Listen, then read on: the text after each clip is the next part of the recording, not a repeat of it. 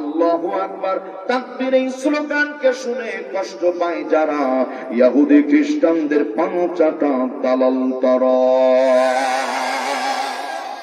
ওই মহিলাগুলো দেখবেন যে অল্প বয়সী এমন চেহারা হবে, ওর চেহারার উপরে বয়স ভাতা ওয়াজিব, মানে তাকানো যাবে না। কি দুনিয়ার ছায় কাদা মাটি ইলেকট্রিক মারতে মারতে চেহারায় শেষ, ভাবি যা করিস না ভাই, জীবনটাই শেষ। পাখি উড়ে যাবে পিঞ্জর ছেড়ে,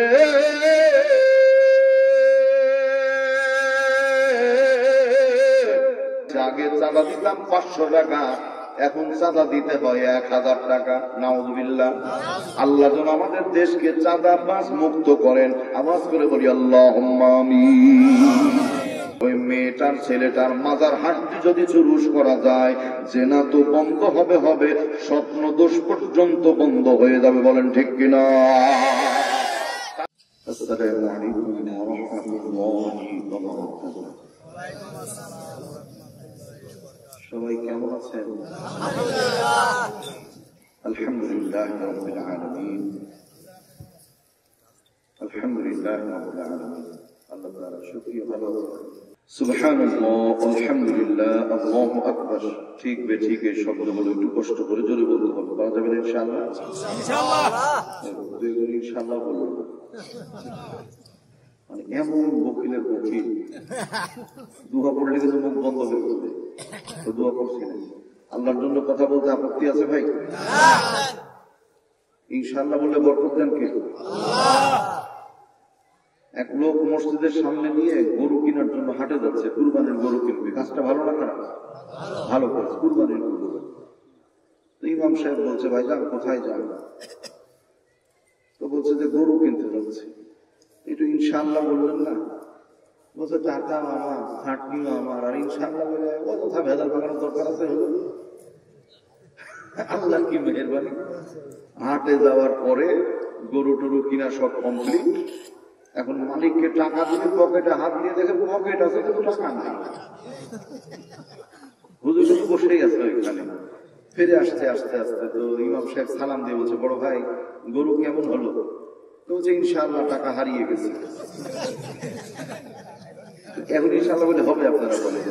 এজন্য ভাই মরার পর ইনশাআল্লাহ কাম নাই, বেঁচে থাকতে ইনশাআল্লাহ। ইনশাআল্লাহ।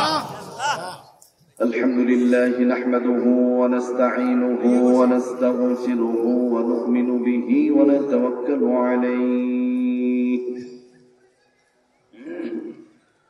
ওয়া নাউযু বিল্লাহি মিন শুরুরি আনফুসিনা ওয়া মিন সাইয়্যাতি আ'মালিনা। من يهده الله فلا مضل له ومن يضلله فلا هادي له ونشهد أن لا إله إلا الله وحده لا شريك له ونشهد أن سيدنا وحبيبنا ومولانا محمدا عبده ورسوله الذي أرسله بالحق بشيرا ونذيرا وداعيا إلى الله بإذنه وسراجا منيرا. الله أكبر. أما بعد فيا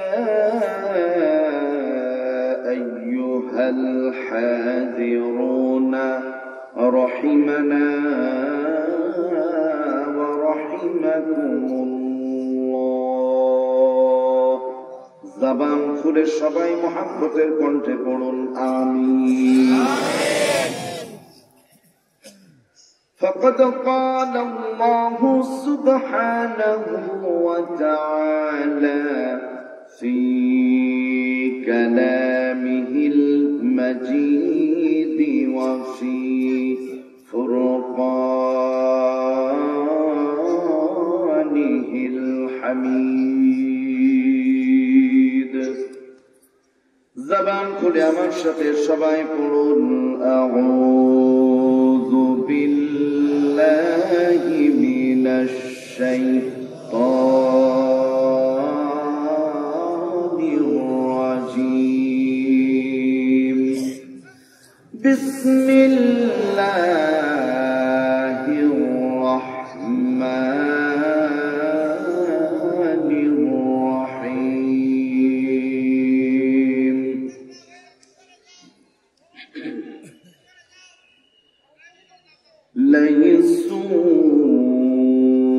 ليسوا سواء من أهل الكتاب الله أكبر من أهل الكتاب أمة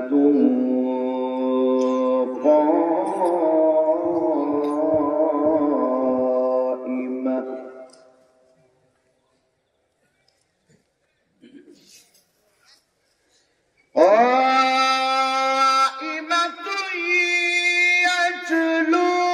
يتلون آيات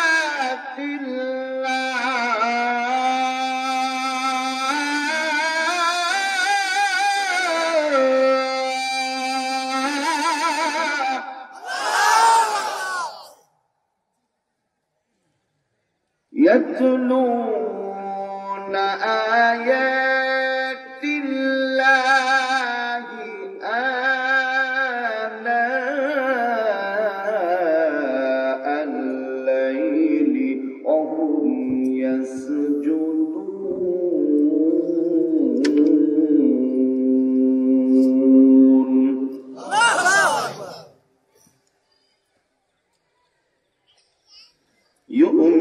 يؤمنون بالله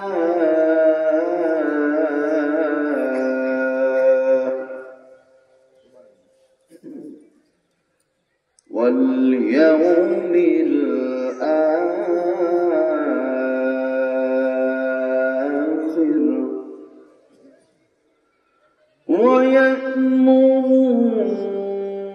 ويأمرون بالمعروف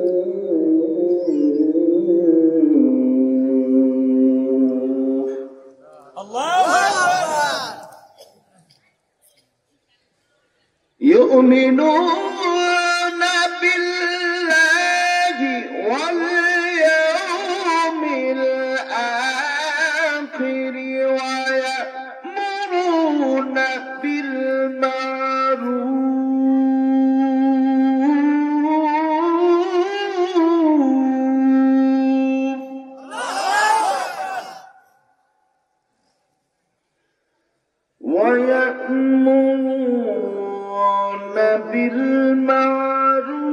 بالمعروف وينهون عن المنكر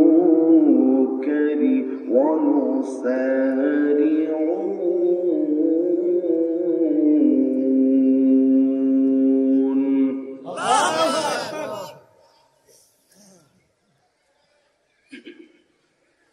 وينهون عن المنكر ويسارعون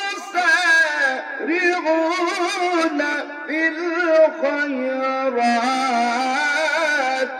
وأولئك من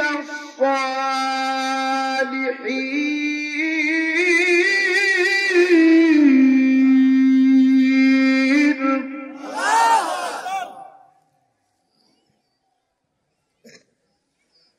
وما يفعلوا من خير فلن يكفرون الله أكبر والله عليم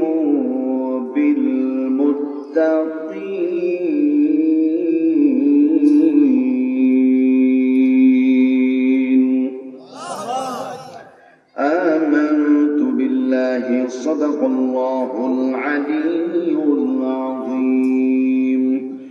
وصدق رسوله النبي الحبيب الكريم ونحن على ذلك من الشاهدين والشاكرين والذاكرين والعاشقين والحمد لله رب العالمين.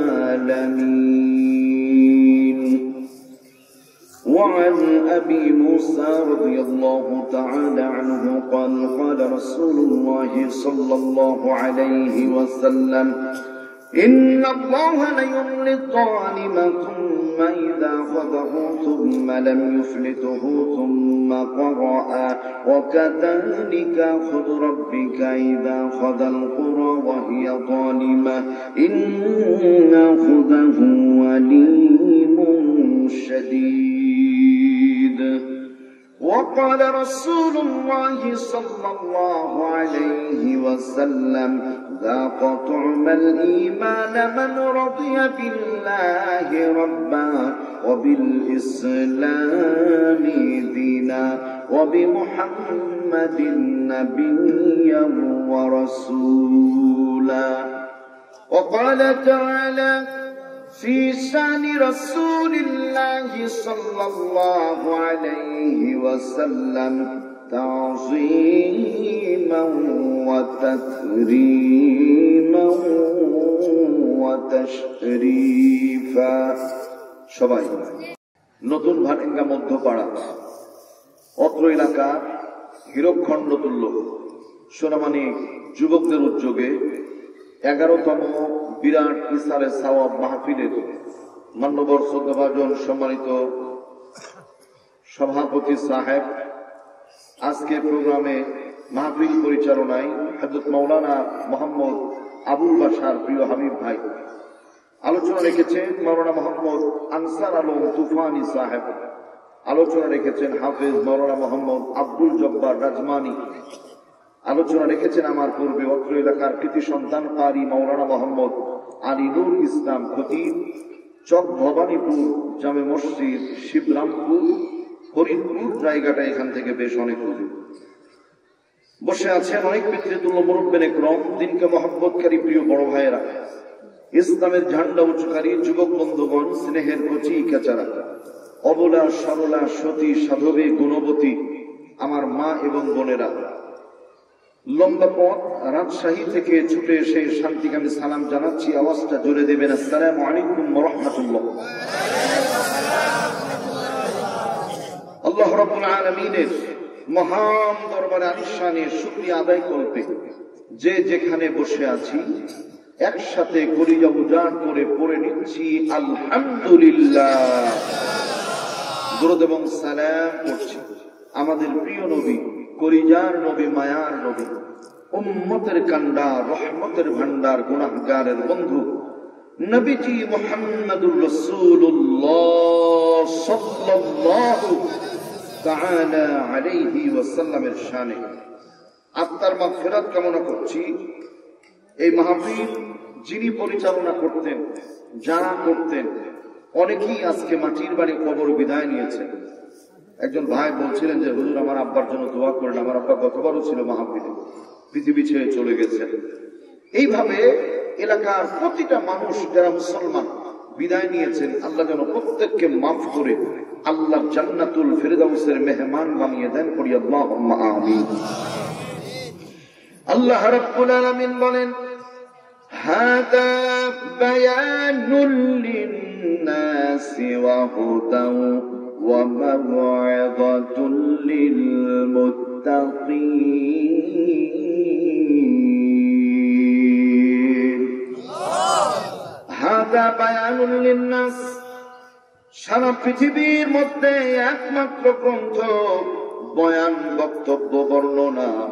এই বক্তব্য যিনি দিয়েছেন জবান বন্ধ না রেখে হুঙ্কার মেনে বলতে হবে, তার নাম কি?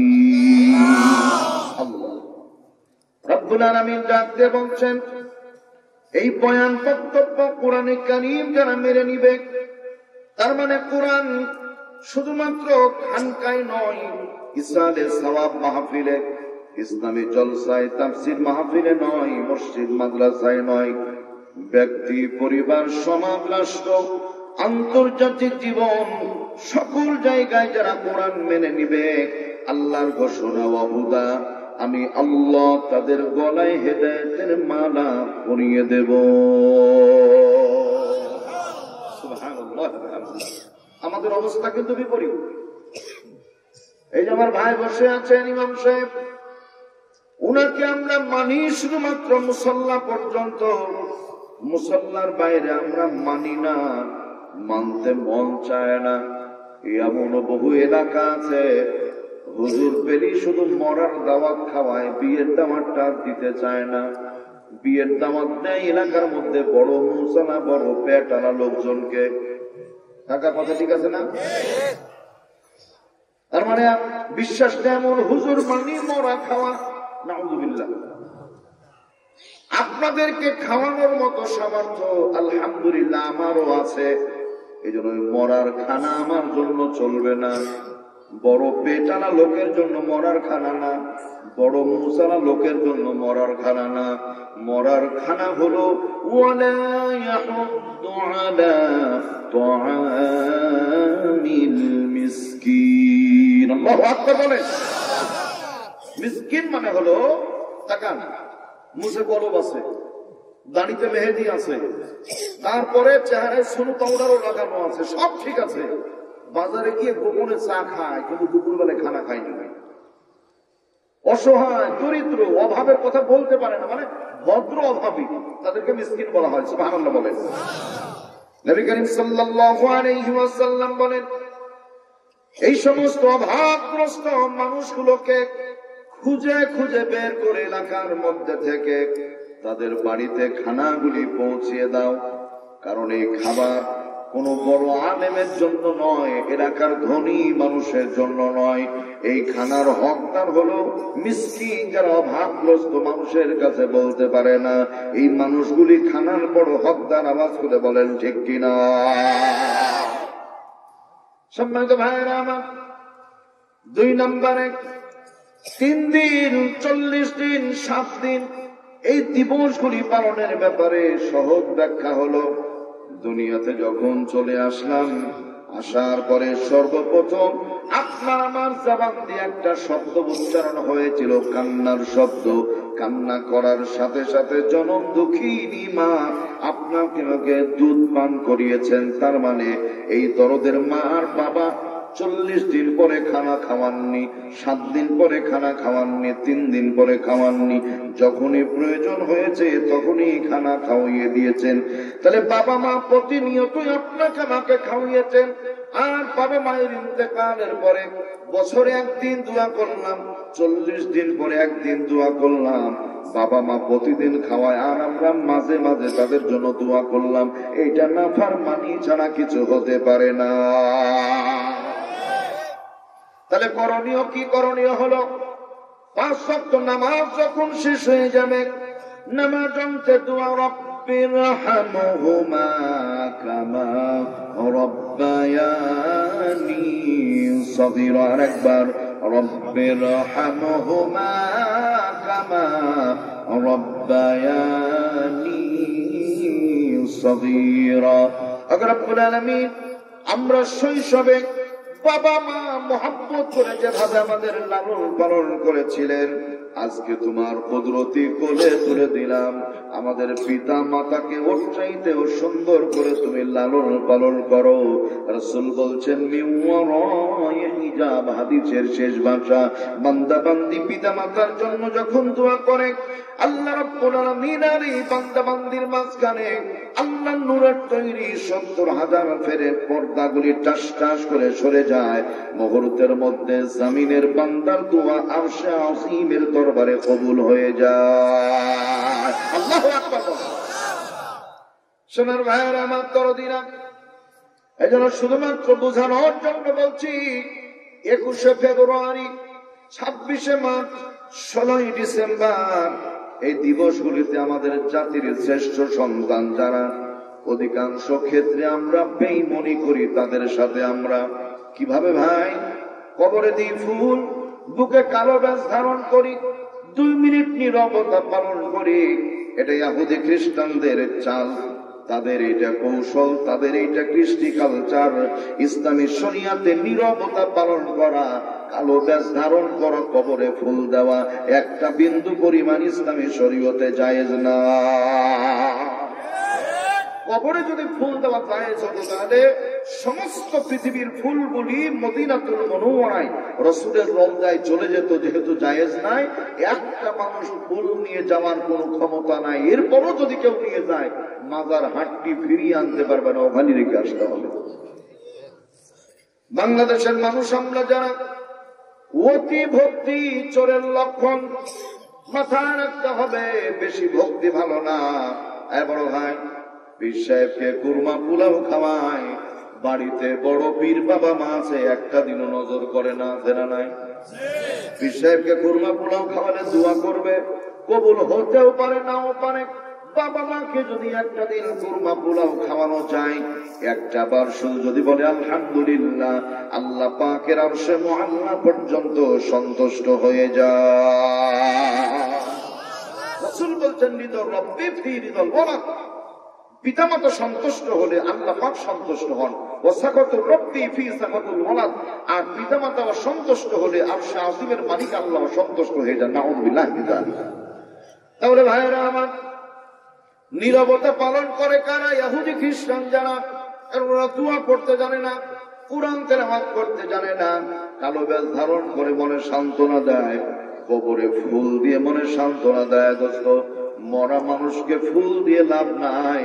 ফুল যদি দিতে হয়, বাবা মাকে ফুল দেন, খুশি হবে, আপনার জন্য দোয়া করবে।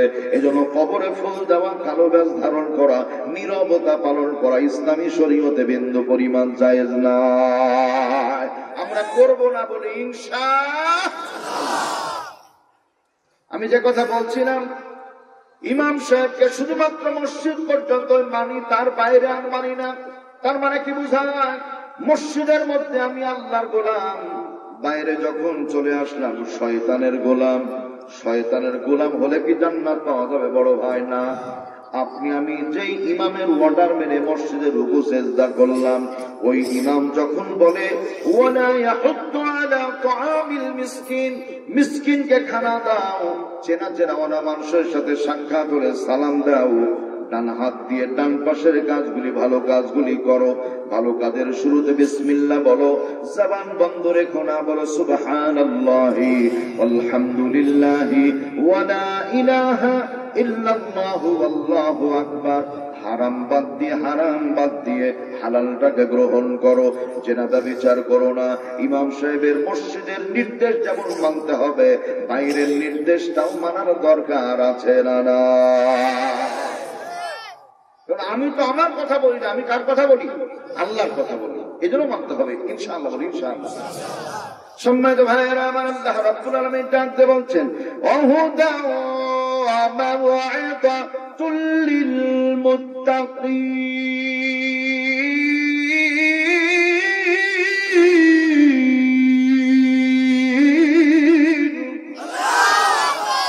এই পৃথিবীতে আল্লাহর কুরআন মানে যারা, হেদায়েত প্রাপ্ত হয় তারা, হেদায়েত পেয়ে যায় যারা, আল্লাহ তাদের জন্য কোরআনে কারিমে ওয়াজ করেছেন।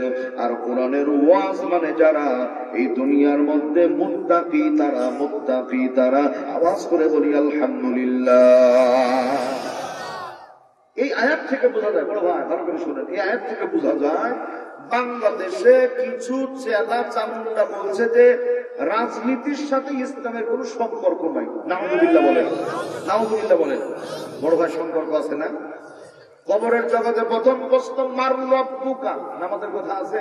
নাই। মার রব্বুকা, তোমার রব কি? এখানে নামাজের কথা আছে? ভাই নাই। এটা একটা রাজনীতি। আরে বড় ভাই, এটা আমার বড় ভাই, আমার নেতা, আমার বড় ভাই বিপদগ্রস্ত, আমি কোনদিন ডাকলাম না। এমন ভাইয়ের দরকার আছে? বলেন, কথা বলেন, দরকার না। এইটা বাবা বসে আছে, আমি কোনদিন আব্বা বলে ডাকলাম না, একটু খানা দানা দিলাম না। আমি সন্তান নাকি নাফরমান? নাফরমান। এমন সন্তানের কোন দাম নাই। ও দরদিরা আমার, তাহলে মার রব্বুকা প্রথম কোশ্চিন নামাজ রোজা না। কবরের জগতে প্রথম রাজনীতি হলো এই তোমার রবকে। আওয়াজ করে বলেন তো আমাদের রবকে। ইন্নী আখাফুল্লাহ العالمين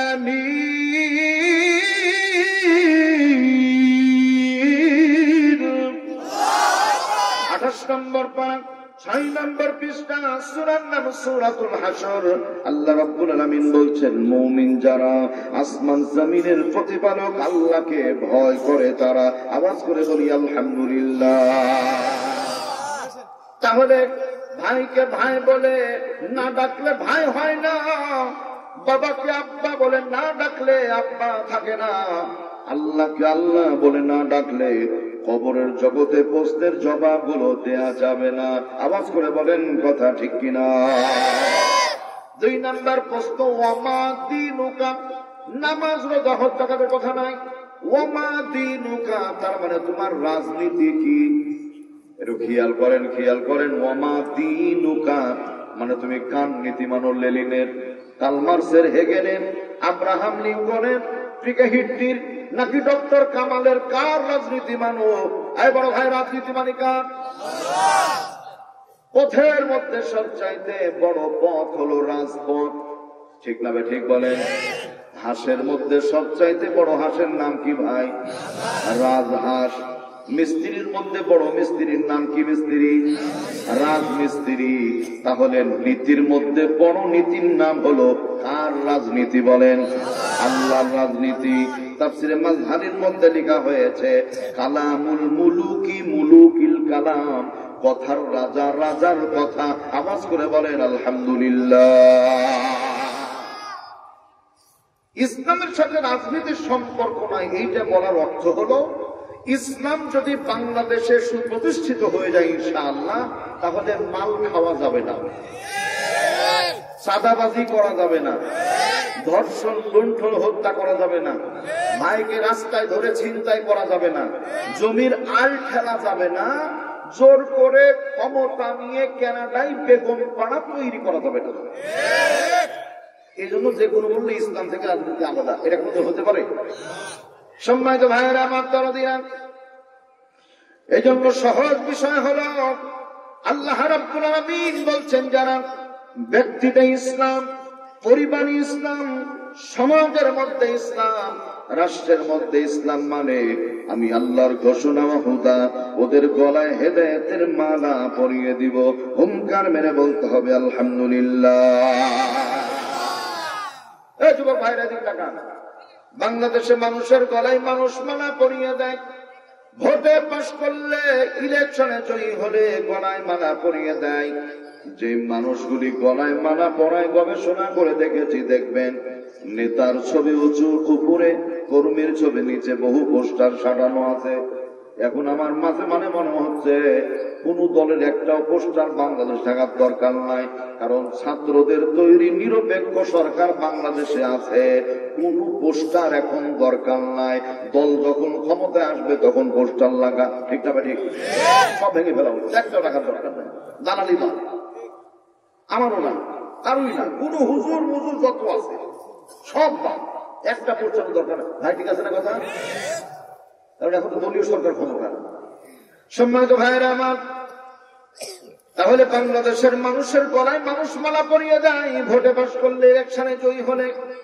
যেই মানুষগুলি গলায় মালা পরাতে যায়, স্লোগান দেয় নেতাজি গলায় পরিয়ে গেলাম ফুলের মালা, পকেটটা রেখেন খোলা, মাঝে মধ্যে আসবো, টাকা পয়সা চাইবো, সহ্য করতে হবে কম বেশি জ্বালা, মানে 500 টাকার মালা গলায় পরিয়ে গেলাম, সুযোগ পেলে 5 লক্ষ টাকা পকেট থেকে আদায় করে ছাড়বো, এমন চামচা সমাজের ভেতরে আছে না? না, আল্লাহ হেদায়েত দান করেন। আল্লাহুম্মা আমিন। আমার ভাইয়েরা, তার মানে দুনিয়ার মালা গলায় পড়তে গেলে কিছু মানুষ টাকা পয়সা চায়। আমি যেটি বোঝানোর জন্য বলছি, আল্লাহর মালা পড়তে চায় যারা, তাদের কোনো চাঁদা দেয়া লাগে না, ভর্তুকি দেয়া লাগে না। এটাও খুশি হয়ে বলা যাবে কি আলহামদুলিল্লাহ। একান্ত আপন জনে না আমার আল্লাহ রাব্বুল আলামিনের পক্ষ থেকে যারা গলায় মালা পরিয়ে দিবেন তারা কানা, দুনিয়ার টাকা পয়সা দেওয়ার লোকজন নয়। তাদের পরিচয় হলো আল্লাহ রাব্বুল আলামিন ডাকতে বলছেন ওয়াহুরুন আইন, আমার জান্নাতি হুরগুলি তোমাদের গলায় মালা পরিয়ে দিব। একটু খুশি হয়ে আওয়াজ করে বলেন আলহামদুলিল্লাহ। বাংলাদেশের মালা মাত্র 5 বছরের জন্য, আল্লাহর মালা কয় বছরের জন্য? আল্লাহ বলেন খালিদিনা ফিহা আবাদা। একবার যখন গলায় মালা পরানো হবে, জীবনও কোনোদিন গলা থেকে মালা খোলা হবে না। এটা হুঙ্কার মেরে বলি আলহামদুলিল্লাহ। এই জন্য আমরা আল্লাহর মালা চাই। রাজি আছি না নাই? ইনশাআল্লাহ আল্লাহর মালা আল্লাহ যেন আমাদের গলায় পরায় দেন, বলি আল্লাহুম্মা আমিন। কোরআনে হাকিম থেকে একটি সূরার কিছু অংশ তেলাওয়াত করেছি। Come to the point. সূরাটির নাম হলো সূরাতু আলি ইমরান। আলি ইমরান। আল্লাহুম্মা সাল্লি আলা মুহাম্মাদ ওয়া আলা আলি মুহাম্মাদ। আলি মানে পরিবার, আলি মানে কি? পরিবার। বলি আলহামদুলিল্লাহ। Imran, he is a vital man of Allah. Imran নামের মানুষটা আমার আল্লাহর দরবারে বড়ই পরিচিত প্রসিদ্ধ। আওয়াজ করে বলি মারহাবা। সূরাটি নাজিল হয়েছিল মদিনায়। বড় ভাইয়েরা না ঘুমালে বলেন তো কোথায়? মদিনায় নাজিল হয়েছিল। মদিনার নাম শুনলে কেমন লাগে? আলহামদুলিল্লাহ। এখন একটা নাম বলছি, ভালো করে শোনেন, দেখেন তো কেমন লাগে। নাম হলো ইন্ডিয়া। দেখবেন খুব খুশি বলছে, বহুদিন পরে মনের কথা বললেন হুজুর। এই বাজারে কেউ বলতেই চায় না। চলে কাকা? বয়কট, একদম বয়কট। গতবার 5টা মাহফিল করে আসছি, এবার একটা তো জানি যাবই না। যুবক ভাইয়েরা শোনেন, অ্যাপাচি পালসার মোটরসাইকেল একটা যুবক যদি টানা 3 বছর চালায়, ওই গাড়ির উপরে বয়স্ক ভাতা ওয়াজিব হয়ে যায়। এই পচা গাড়ি দরকার আছে? যুবক ভাইয়েরা কথা বলেন না কেন? কিন্তু জাপানি গাড়ি যদি হয়, তাহলে আপনার জীবন শেষ হবে, গাড়ির কিছুই হবে না। এই জন্য ইন্ডিয়ার গাড়ি আর দরকার না, প্রয়োজনে জাপানি চালাবো। আওয়াজ করে বলেন রাজি আছেন না? না, যত বছর মানে ইন্ডিয়াতে চলে, বাংলাদেশে চলে না।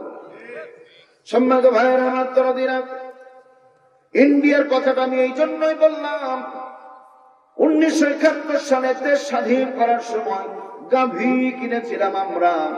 গাভীর মুখটা ছিল বাংলাদেশে, পেছনটা ছিল ভারতে। সকাল থেকে সন্ধ্যা পর্যন্ত গাভীকে খোল ভুসি চারাগুলি আমরা খাওয়াই। বিকেল বেলায় ভারতের লোকজন দুধ দহন করে করে পায়েস রান্না করে খায়। বোকা বাঙালি হা করে তাকিয়ে থাকি। একদিনও দুধ খাওয়ার উপায় ছিল না। ঘুমায়েন না? আর একটু জোরে বলেন ঠিক না? আমার ভাইয়েরা দরদিরা, দিনের পর দিন, রাতের পর রাত, দীর্ঘ 53 বছর পর্যন্ত শোষণ জুলুম নির্যাতন করে আল্লাহ রাব্বুল আলামিন দয়া করেছেন। বাংলাদেশ নতুন স্বাধীনতার সূর্য আবার উত্থিত করেছে। আমরা দোয়া করি এই স্বাধীনতার সূর্য বাংলার জমিন থেকে হারানো যাবে না। রাজি আছেন না নাই? আল্লাহ কবুল করুন, আল্লাহুম্মা আমিন বলি। সম্মানিত বন্ধুরা, আমার ভাইয়েরা, দুপুর বেলায় খানা খাবো। মাহফিল বিহার রাজ্যে মালদা স্টেটে পৌঁছেছি। হোটেল খুঁজি, লেখা আছে হোটেল নাম সাগর। চিন্তা করলাম বহু মুসলমানের নামও সাগর আছে। ভিতরে প্রবেশ করলে বললাম, দাদা গরুর গোশত হবে, আমাকে গাঙ্গুল দেখায়। খবরদার বলেন না, গরুর গোশতের কথা বলে না। আপনি মায়ের কথা বললেন, আমার মাকে খাবেন না বুঝলে বলে। আপনারা দেখেছেন বর্তমান সময় ভারতের মধ্যে কোন ডাক্তার যেন বলেছে গরুর পেশাব খেলে অসুখ ভালো হয়। বহু মানুষ পেশাব ধরে ধরে খায়, সারা রাত জেগে থাকে। এমনকি বহু মানুষ অসুস্থ হয়ে হাসপাতালে ভর্তি হচ্ছে। তার মানে ইসলাম ধর্ম শ্রেষ্ঠ ধর্ম। ভিন্ন ধর্মে কুমুদ খাওয়া শিখায়, আর ইসলাম মানুষকে পবিত্র জিনিস খাওয়া শিখায়। বলেন ঠিক কিনা? আল্লাহ রাব্বুল আলামিন বলেন, ইয়া আইয়ুহাল্লাযীনা আমানু, হে বিশ্বাসীরা, কুলু খাও মিন তাইয়্যিবাতি মা রাযাকনাকুম, আমি আল্লাহ পবিত্র রিজিক যা তোমাদের দান করেছি। মুসলমানের মুখ পবিত্র, খাবারও হবে পবিত্র। এই জন্য হারাম খাবার খাওয়া যাবে না। হোটেল খুঁজি, লেখা আছে হোটেলের মধ্যে জয় মা তারা, কামসারা জয়। এরপর একটা হোটেল লেখা আছে জয় গুরু, আরেকটা হোটেল লেখা আছে জয় ঠাকুর, আর এক হোটেলের সামনে লেখা আছে জয় ভোদায় চন্দ্রদা সকে দিয়ে সব সর্বনাশ। তাহলে আমি যেটা বোঝাতে যাচ্ছি, শুরুতেও জয়, শেষেও জয়, জয় আর জয়। বড় ভাই, 1000 বার জয় জয় বললে একটা নেকি হবে না, একবার আল্লাহু আকবার বললে আমল নামায় 80-80টা নেকি লিখা হয়ে যায়। নারায়ে তাকবীর, লিল্লাহে তাকবীর। আল কোরআনের আলো সংসদে চালু, কোরআন হাদিস যেখানে, কোরআন নাই যেখানে, লিল্লাহে তাকবীর। তাফসীরে মাজহারির লেখক আল্লামা সানাউল্লাহ পানিপতি রাহমাতুল্লাহ আলাইহি বলেন, একবার কোন মুমিন যদি আল্লাহু আকবার শব্দ উচ্চারণ করে, আল্লাহ আমলনামায় 80-80টা নেকি লিখে দেন। বলি আলহামদুলিল্লাহ। এখানেই শেষ নয়, দোস্ত দুনিয়াতে ছিলাম না, পৃথিবীতে আসার পরে ডান কানে প্রথম শব্দ শোনানো হয়েছিল, ছিল কি?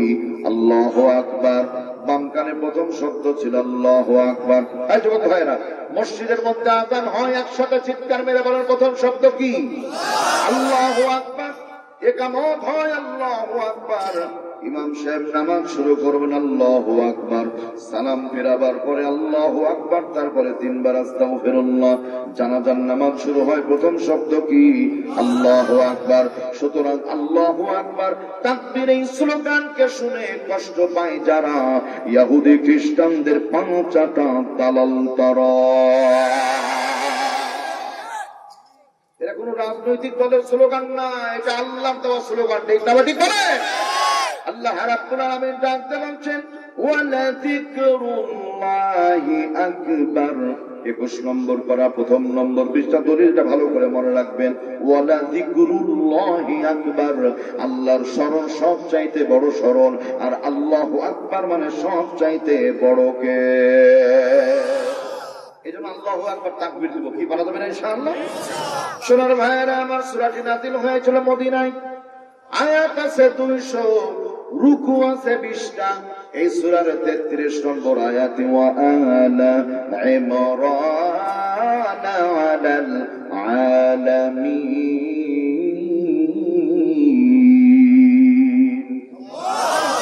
এই আয়াত থেকে সূরাটির নামকরণ করা হয়েছে আলী ইমরান। আওয়াজ করে বলেন মারহাবা।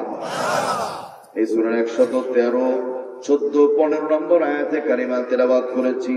শানে নজুলটা বলছি। রাজশাহী থেকে পর্যন্ত আসলাম। আমি গত রাতে চাকমোহর মাহফিল করে গেছি। চাকমোহর মাহফিল ছিল আমার, চলে গেছিলাম রাজশাহী, আবার ফিরে আসছি।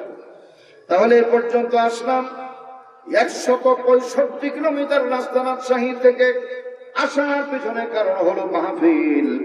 দুনিয়াতে আয়াতগুলি কেন আসলো, এটাকে তাফসীরের ভাষায় বলা হয় শানে নজুল, অবতীর্ণ হওয়ার কারণ। আলহামদুলিল্লাহ বলেন। তাফসীর ইবনে কাসির থেকে শোনাচ্ছি আপনাদের। রাইসুল মুফাসসিরিন হযরত আব্দুল্লাহ ইবনে আব্বাস রাদিয়াল্লাহু আনহু বর্ণনা করেন, নবীজি মদিনার বুকে বসে আছেন। একদল ইহুদি নেতা যারা, বড় ভাইরা, ইহুদি নেতা যারা ঘোষণা দিল, তারা ওই ইহুদিরা ডানে বামে চতুর্দিকে খেলাধুলা করো, যাও ঘুরো ফিরো, কোনো অসুবিধা নাই। আব্দুল্লাহর সন্তান মুহাম্মাদের কাছে যাওয়া যাবে না। নবীর আশিক যারা হুমকার মেরে বলি নাউযু বিল্লাহ, দাল মে কুছ কালা হবে। সব জায়গায় যাওয়া যাবে, রাসূলের কাছে যাওয়া যাবে না। আপনারা বলেন কাজটা ভালো হলো না খারাপ হলো? বুঝে বলছেন তো? খুবই খারাপ। নবীর কাছে যাওয়া যাবে না, নিষেধ করা হলো। তার মানে পৃথিবীর মানচিত্রে এর চাইতে নিকৃষ্ট কাজ আর কিছু হতে পারে না। পিতার কাছে সন্তানগুলি যাবে, নেতার কাছে কর্মীরা যাবে, এটাই তো বিধান। ঠিক না বেটি? এখন এইখান থেকে একটা বিষয় বের করতে হবে আমাদের। ইসলামের সাহাবের মাহফিল অনিচ্ছা বশত বলছি আমি, তারপরেও নবীজির কাছে কেউ যদি যেতে না দেয়, ওইটা কি আর মানুষ থাকে ভাই? তাহলে ইসলামের বিরুদ্ধে কেউ যদি উল্টা পাল্টা বক্তব্য দেয়, ওইটাও মানুষ থাকতে পারে না। বিগত কয়েক বছর আগে বাংলাদেশে একজন লোক আমার দিকে তাকান, মাথা নড়িয়ে নড়িয়ে বলছিল, আমরা আবার ৭২-এর সংবিধানে ফিরে যাব, রাষ্ট্র ধর্ম ইসলাম মানতে পারি না। সাথে মান নাই টাকলু ঘুমায়েন না, বলেন তো কথা ঠিক কিনা? তাহলে ইসলাম যদি না থাকে মুসলমান থাকা যায় না, আর মুসলমান যদি না হয় তাহলে ভিন্ন ধর্মের মানুষ হয়ে যায়, ওই লোকটা মুরতাদ হয়ে যায়, ওর বেঁচে থাকার কোনো অধিকার না। সহজ ব্যাখ্যা এখন এইখানে তা হলো, যুগে যুগে কালে কালে ক্ষমতার মসনদে বসেছিল যারা, সবচাইতে বেশি ইসলামের বিরোধিতা করেছে তারা। নবীজির দরবারে যেতে দেওয়া হবে না। দুইটি বিষয় আপনাদের এখানে আমি বলবো। এক নাম্বার কোট করছে, খেয়াল করেন, 2020 সালে বাংলাদেশে করোনা দেখা দিয়েছিল, রাষ্ট্রীয় ঘোষণা হয়েছিল 5 ওয়াক্ত নামাজে 5 জন, জুমার নামাজে 10 জন, তারাবির নামাজে আর 2 জন বানিয়ে 12, যত কমাতে পারো। এই ঘোষণা দেওয়ার পরে বাজানরে বলেন তো, মসজিদে মুসল্লির চাপ বেড়েছিল না কমেছিল? এই ফয়সালাটা কার? আল্লাহর ফয়সালা। 2 নাম্বার, আব্বাজান বাজার থেকে বাড়ির দিকে চলে আসে, নতুন ভারাঙ্গা বাজার থেকে আসার সময় চিন্তা করে খালি হাতে গেলে খারাপ দেখা যায়, ছোট্ট একটা বিস্কুটের প্যাকেট কিনে নিল। নেয়ার পরে বাড়ির আলমারির উপরে রেখে বাড়ির সবচাইতে কনিষ্ঠ সন্তানটাকে ডাক দেয়, বাজান চতুর্দিকে খেলাধুলা করো, আলমারির মাথার উপরে একটা বিস্কুটের প্যাকেট আছে, ওইদিকে নজর করো না। সন্তান যদি আলমারির উপরে বিস্কুটের প্যাকেটের খবর পেয়ে যায়, ও কি ৮ দরবারের জিকির মারবে ভাই? মনে মনে দোয়া করে, রব্বুল আলামিন, আল্লাহ, আব্বা বাড়ির বাইরে যায় না কেন? আব্বা জান যেমনি বাড়ির বাইরে স্লোগান দেয়, ভাই বোনকে কোথায় আছিস আয়রে, চেয়ার নিয়ে টেবিল নিয়ে মই নিয়ে যেভাবেই হোক না কেন আলমারির উপর থেকে বিস্কুটের প্যাকেটটা পাড়ে ছিঁড়ে ভাই বোন আনন্দ উল্লাস করে করে খায়। আব্বা জান বাইরে থেকে আসার পরে বাড়িতে যেমনি প্রবেশ করেছে, সন্তানের মুখের দিকে তাকায়, সন্তান মুস্কি মুস্কি হাসে, জিজ্ঞেস করে, বাজান রে তোমার হাসার কারণ কি? সন্তান জবাব দেয়, আলমারির উপরে তোমার বিস্কুটের প্যাকেটের জিয়ারত করে ছেড়ে দিয়েছি। মারহাবা বলে। তার মানে মূল বিষয়টা হলো নিষেধ করলেন কেন? তার মানে দ্বীনের কাজে নিষেধ যত বেশি করা হয়, আল্লাহর দ্বীনের লাইনে মানুষের অগ্রযাত্রা ততই বেশি বেড়ে যায়। আল্লাহু আকবার বলে। বাস্তব প্রমাণটা হলো আল্লাহ রাব্বুল আলামিন ডাক দিয়ে বলছেন, ওয়াল্লাহু মুতিম্মু নূরিহি ওয়ালাউ কারিহাল কাফিরুন।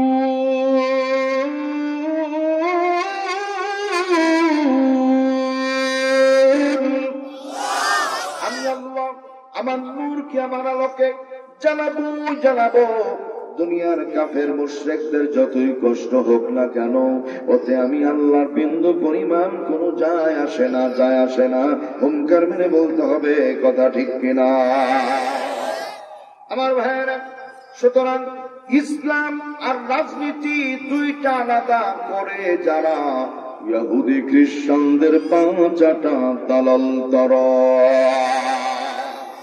বুঝার জন্য বলছি, বাবা মার্কেটে গেছে পোশাক কিনবে ঈদের আগে, এই রোজার ঈদের আগে আর কি সামনে ঈদের আগে, ছেলেকে নিয়ে যায়নি, ছেলের জন্য পাঞ্জাবি পাজামা কিনেছে। কেনার পরে বাড়িতে এনে রেখেছে, দেখবেন যে আব্বা ডাকার আগে কিন্তু ছেলের একবার পড়া হয়ে গেছে পোশাকগুলো, তার মনে একটা টান থাকে নতুন পোশাক পরে দেখে। ছেলে যখন নতুন পোশাক পরেছে, পরার পরে দেখে পাঞ্জাবি লম্বা, পায়জামাও লম্বা। পাঞ্জাবি একরকম পরা যায়, কিন্তু পায়জামার যে অবস্থা, এতে নিচ থেকে না কাটা পর্যন্ত পরার কোনো উপায় না। বাড়ির মধ্যে প্রবেশ করে মাকে ডাক দিয়ে বলছে, মা আমি তোমার একমাত্র সন্তান, মা গো পায়জামার নিচ থেকে একটু করে কেটে দিও, আগামীকালকে ঈদের দিন আমি ঈদের নামাজটা আরামে পড়বো ইনশাআল্লাহ। মা বলছে যে আই এম ভেরি বিজি, আমি অত্যন্ত ব্যস্ত, আমি এই মুহূর্তে পারবো না, যাও চলে যাও। ছেলে ব্যর্থ হয়ে চলে গেল বোনের কাছে। মেয়ে মানুষ শখ আল্লাহ অনেক বেশি, হাতে মেহেদি লাগিয়েছে, কালকে ঈদের দিন বলে কথা। যাওয়ার পরে ভাই বলছে, আপু আমার পায়জামার নিচটা একটু কেটে সেলাই করে দিও, কালকে ঈদের নামাজটা পড়তে পারবো। আপা বলছে, দেখতেই পাচ্ছ হাতে মেহেদি, কাজ করার তো উপায় নাই ভাই, এখান থেকে সরে যাবো। গেছে দাদির কাছে। দাদি আবার মুরব্বী মানুষ, কিন্তু পান খায় ঠিক মতো। দাদি পান খাওয়ার প্রস্তুতি নিচ্ছে, ওই সময় গিয়ে ডাক দিয়ে বলছে, দাদি আমার এই পায়জামা বড় হয়েছে, একটু কেটে ছোট করে দিও। সকলের কাছ থেকে ব্যর্থ হয়ে ছেলে এসে বিছানার মধ্যে ঘুমিয়ে আছে। রাত্রি ঠিক 12:30 বাজে ঘড়িতে। এখন মা চিন্তা করে, 10টা না 20টা না, একমাত্র সন্তান আমার, একটাই ছেলে, ছেলের আবদার আমি রাখবো না, এটা কি হতে পারে? নিজ থেকে মা আধার কেটে সেলাই করে দিয়েছে, পড়ার মতো পরিবেশ হয়ে গেল। বোন চিন্তা করে, 10টা না 20টা না, একটাই মাত্র ভাই, ভাইয়ের আবদার না রাখলে কি বোন থাকা যায়? বোনের মনে দয়া অনেক বেশি। বোন আবার মনে এক হাত কেটে দিয়েছে নিজ থেকে। চিন্তা করে ছোট মানুষ মনে হয় বেশি বড় হয়ে গেছে। দাদি চিন্তা করে, 10টা 20টা নিয়ে একটাই মাত্র নাতি, যদি ওর কথা না শুনি মানি তো কিছুই থাকে না, যা কপালে যা আছে পান দরকার 5 দিন খাবো না। দাদিও নিজ থেকে আধার কেটে দিয়েছে। এখন বলেন আপনারা, এটা কি পায়জামা আছে নাকি আন্ডার প্যান্ট জাঙ্গিয়া হয়ে গেছে? কথা বলে। আমাদের সমাজে অতিভক্তি চোরের লক্ষণ। ইসলাম থেকে রাজনীতিকে বাদ দিতে চাই যারা, ওই ইসলামকে কেটে প্যান্টের মতো রাঙ্গিয়ে বানিয়ে দিতে চাই তারা। দুইটার মধ্যে পার্থক্য করতে চাই। আস্তাগফিরুল্লাহ। সম্মানিত ভাইয়েরা আমার যুবক দোস্তরা, ইসলাম যদি প্রতিষ্ঠিত হয়ে যায়, আল-মাওলানা মুশতাক আহমদ বাড়ি নাগশাহী আপনাদেরকে বারবার নামাজের কথা বলা লাগবে না, বরং আপনারা উল্টা বলবেন, হুজুর চলেন নামাজ পড়ে আসি। তার মানে এখানে ধনী গরিব, ফকির মিসকিন, নেতা নেত্রী সবাই নামাজ পড়ে। এই দেশের মধ্যে একটাও বেনামাজি মানুষ থাকতে পারে না। আল্লাহু আকবার বলেন। এই জন্য ইসলাম আছে যেখানে, শান্তি আছে সেখানে নিষেধ করা হলো, নবীজির দরবারে যাওয়া যাবে না। আল্লাহ রাব্বুল আলামিনের ফয়সালা হয়ে গেল মুহূর্তের মধ্যে। তাফসীর ইবনে কাসিরে লেখা হয়েছে 23 জন ইহুদি এক জায়গায়, রুহুল মাআনি তাফসীর আল্লামা আলুসি রাহমাতুল্লাহ আলাইহি লিখেন 43 জন ইহুদি এক জায়গায়, নূরুল কোরআন আল্লামা আমিনুল ইসলাম রাহমাতুল্লাহ আলাইহি ঢাকা লালবাগ শাহী মসজিদের খতিব, উনি লিখছেন 73 জন ইহুদি এক জায়গায় হয়ে গেল। আল্লাহ রাব্বুল আলামিনের আব্দুল্লাহ ইবনে সালাম একজন বান্দা, ইহুদিদের পণ্ডিত আলেম, তাওরাতের যোগ্য জাইয়েদ আলেম, আল্লাহর বান্দার কাছে যাওয়ার পরে ডাক দিয়ে বলে, আব্দুল্লাহ ইবনে সালাম কি হয়েছে? তার নবীজির কাছে যাই কেন? বলছে, আমাদের ইহুদি নেতা যারা রাসূলের কাছে যেতে নিষেধ করেছে, তারা, আমরা সিদ্ধান্ত নিয়েছি ওরা নিষেধ করলো কেন? আল্লাহর হাবিবের নূরানী চেহারা না দেখা পর্যন্ত বাড়িতে একটা লুকমাও খানা খাবো না। নিষেধ করলেন কেন? বিপদটা এই জায়গাটা। আবু জাহেল বলেছিল মক্কা নগরীতে যাবে না, আবু লাহাব বলেছিল বাইতুল্লাহর আশপাশে যাবে না। আয় মক্কার মানুষেরা বলে কেন? বলছে ওই জায়গাতে এমন এক পাগল আছে, ওই পাগলের কাছে কেউ যাবে না। আমার ভাইয়েরা, মানুষজন চিন্তা করলো, পাগল চিনে রাস্তার লোকজন, নেতারা পাগল চিনল কিভাবে? তার মানে নেতা নেত্রী যদি কাউকে পাগল বলে, ওই পাগলটা একটা বারের জন্য দেখার দরকার আছে না? না, বলি। আবু জেহেল আবু লাহাবের কথা অনুযায়ী মক্কার মানুষগুলি দেরি না করে বাইতুল্লাহ চতুর্পার্শ্বে দাঁড়িয়ে গেল পাগল দেখার জন্য। পাগলের দিকে নজর করে, পাগল পাগল দেখা যায় না কেন? চুলগুলি কোকড়ানো কোকড়ানো, চোখের ভুরুগুলি এত চমৎকার, এত সুন্দর, অপরূপ সৌন্দর্য মণ্ডিত, দাড়িগুলির মধ্যে তেল লাগানো আছে, দাড়িগুলি কোকড়ানো, চেহারাটা না সাদা না কালো, রক্তিম বর্ণ। দুনিয়ার সমস্ত সৌন্দর্য যেন এই চেহারার মধ্যেই আল্লাহ ঢেলে দিয়েছে। মানুষগুলি আশ্চর্য কিংকর্তব্য বিমূঢ়, অপলক নেত্রে চাতক পাখির মতো হা করে তাকিয়ে আছে। বিশ্বনবী সাল্লাল্লাহু আলাইহি ওয়াসাল্লাম দেরি না করে তেলাওয়াত শুরু করে দিলেন, বিসমিল্লাহির রাহমানির রাহিম, লাকাদ খালাকনাল ইনসানা في أحسن تقويم الله أكبر অবশ্যই আল্লাহ তাআলা দুনিয়ার ইনসানকে উত্তম আকৃতি দিয়ে তৈরি করেছেন। মানুষগুলি আশ্রনিস পাগলের মুখ থেকে গালিগালাজ শোনা যায়, আজে বাজে কথা শোনা যায়। এ কেমন পাগল এমন মধুর টান দিল। যায়্যিনুল কুরআন বিআসওয়াতিকুম, রাসূল বলছেন তোমরা কোরআনকে মধুর সুরে তেলাওয়াত করো, কারণ আল্লাহুল জামাল ইউহিব্বুল জামিল, আল্লাহ নিজে সুন্দর সুন্দর কি ভালোবাসেন। মানুষ যখন মধুর সুরে কোরআনে কারিমের তেলাওয়াতে টান দেয়, আল্লাহ পাকের আরশে আজিম পর্যন্ত এরকম দোলনা খেতে থাকে। আল্লাহু আকবার বলে। বয়স প্রায় 44 হয়ে আসলো, মাত্র কয়দিন পরে রমজান। আলহামদুলিল্লাহ 29 বছর খতম তারাবি পড়াই। সামনে আল্লাহ দয়া করলে 30তম বছর হবে। সকালবেলায় কোরআনে কারীম তেলাওয়াত করি। রমজান মাসে কোন আজ রাখি না, সব কাজ বাদ দিয়ে কোরআনের তেলাওয়াত গোটা রমজান খতম তারাবি। আমার ছোট মেয়েটা আমাকে এরকম করে মাঝে মাঝে ধরে, নড়ো না, মানে হাফেজ সাহেবের ঝুঁকে না পড়ার সময় দোলেই রবে।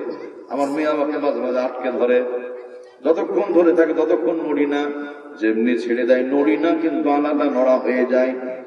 মুফাসসিরিন আকরাম বলছেন, মানুষ যখন কোরআনে কারীমের তেলাওয়াত করে, মানুষের দেহের মধ্যে আল্লাহ প্রদত্ত একটা প্রকম্পন শুরু হয়। মন চায় না, মানুষ চলতে থাকে।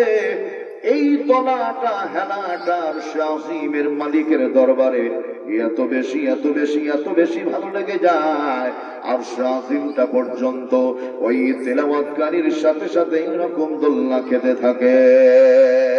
আল্লাহু আকবার বলেন। সোনার ভাইয়েরা, আমার দিনা মানুষগুলি পাগল দেখতে গিয়ে দেখে না এটা কোনো পাগল না, বরং যারা বলেছে তারাই পাগল, যারা বলেছে তারাই পাগল। কেউ বা তোমায় পাগল বলে, কেউ বা বলে জাদুকর।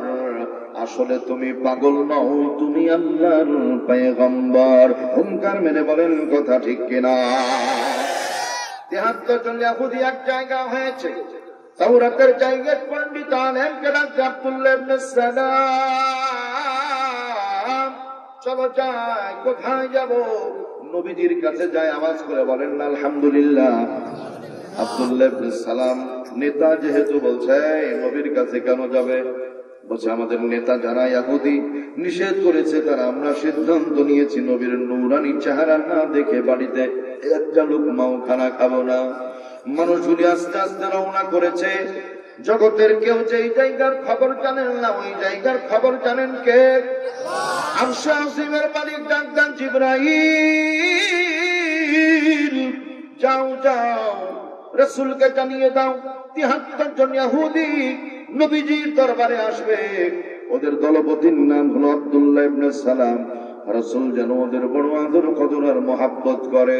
রাসূলকে কানে কানে একটা কথা জানিয়ে দিও, যদি নবী তাদের আদর কদর আর মহাব্বত করতে পারে, আমি আল্লাহ ঘোষণা দিলাম আমার দরদি নবীর হাতে হাত রেখে 73 জন ইহুদি মুহূর্তেই কালেমা পড়ে মুসলমান হয়ে যাবে। লম্বা পথ পাড়ি দিয়ে চলে আসছে। আল্লাহ রাব্বুল আলামিনের হাবিব দেখতে পেয়েছেন। দূরে একটা কাফেলা দেখা যায়। নবীজি বাজান আব্দুল্লাহ ইবনে সালাম নাম, বলছে ইয়া রাসূলুল্লাহ ইয়া হাবিবাল্লাহ, হায়াতে জীবনে কোনদিন আপনার সাথে দেখা হয়নি, আপনি নাম জানলেন কি করে?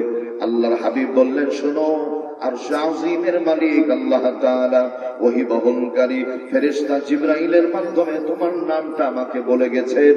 একটু আওয়াজ করে বলেন আলহামদুলিল্লাহ। আসো, চুপ করে বসো, দেখি কোনো ফয়সালা হয় কিনা। নিশ্চুপ বসে আছে, আমার দিকে তাকান। নবীজি বড় বিনয়ী, নবীজি বড় বিনয়ী, হালিম হালিম, নবীজি বড় বিনয়ী। মাথাটা এরকম করে আছেন। 73 জন ইহুদি নবীজির নূরানি চেহারার দিকে চাতক পাখির মতো হা করে তাকিয়ে আছে। রাসূল বুঝতে পেরেছেন। আস্তে করে মুস্কি হাসি দিয়ে বাম দিকে মুখটা ফিরিয়ে, ডান দিকে মুখটা ফিরিয়ে, মাথাটা একটু উঁচু করে মুচকি হাসি, তাবাসসুম হাসি দিয়ে যেমনি বাম দিকে মুখটা একবার ঘুরন দিয়েছেন, আব্দুল্লাহ ইবনে সালাম শাহাদাত আঙ্গুলি উঁচু করে বলছে, হাদা লাইসা বিওয়াজহি কাযযাব, হাদা লাইসা বিওয়াজহি কাযযাব। তার মানে এত সুন্দর চেহারার মানুষ জীবনে কোনোদিন একটাও মিথ্যা কথা বলতে পারে না। আল্লাহু আকবার বলে। সোনার ভাইয়েরা, আমার দরদিরা, আল্লাহ রাব্বুল আলামিন হাবিব দেরি না করে আব্দুল্লাহ ইবনে সালামের গায়ে ডান হাতটা লাগিয়ে দিল। হ্যাঁ বাজান, বড্ড কষ্ট করে নবী পর্যন্ত এসেছো, বুঝতে পারছি তুমি খুব পেরেশান। আব্দুল্লাহ ইবনে সালাম বলছে, দিনের নবী যখন ডান হাতটা আমার গায়ে লাগিয়ে দিয়েছেন, পাথরের মতো শক্ত অন্তরটা মুহূর্তেই তুলার মতো নরম হয়ে যায়।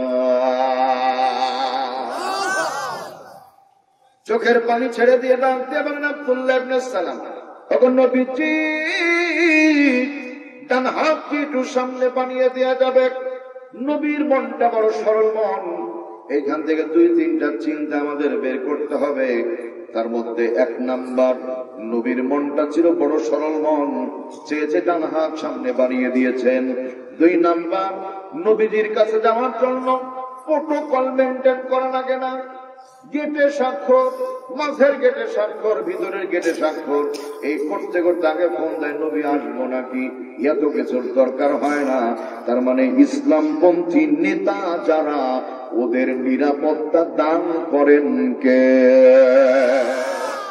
বাতিলপন্থী নেতা নেত্রী যারা, চামচা ছাড়া চলতে পারে না, জানে ভয় কে যেন ধরে কষে, জানের ভয় একা একা চলতে পারে না। 2-4 জন থাকলেও মাঝে মাঝে শুনো লাইন ঘাট ঠিক আছে তো বলে সার চলেন, অসুবিধা নেই, তাও ভয় পায়, মাঝে মাঝে পিছনে তাকায়। এগুলো হলো চামচা। আমার ভাইয়েরা, সহজ ব্যাখ্যাটা হলো, কুকুর যেভাবে দৌড়ায়, আমেরিকা চলে যেতে পারতো, এক দৌড়ে যেতে পারে না, মাঝে মাঝে পিছনে তাকায় শিয়াল আছে কিনা। এই জন্য ইসলামপন্থী মানুষ যারা, আল্লাহ বলা যারা, আল্লাহকে ভয় করে, তারা দুনিয়ার বাতিলের কাছে মাথা নত করে না তারা। আর বাতিল যারা, তারা সবসময় শয়তানকে ভয় পায়।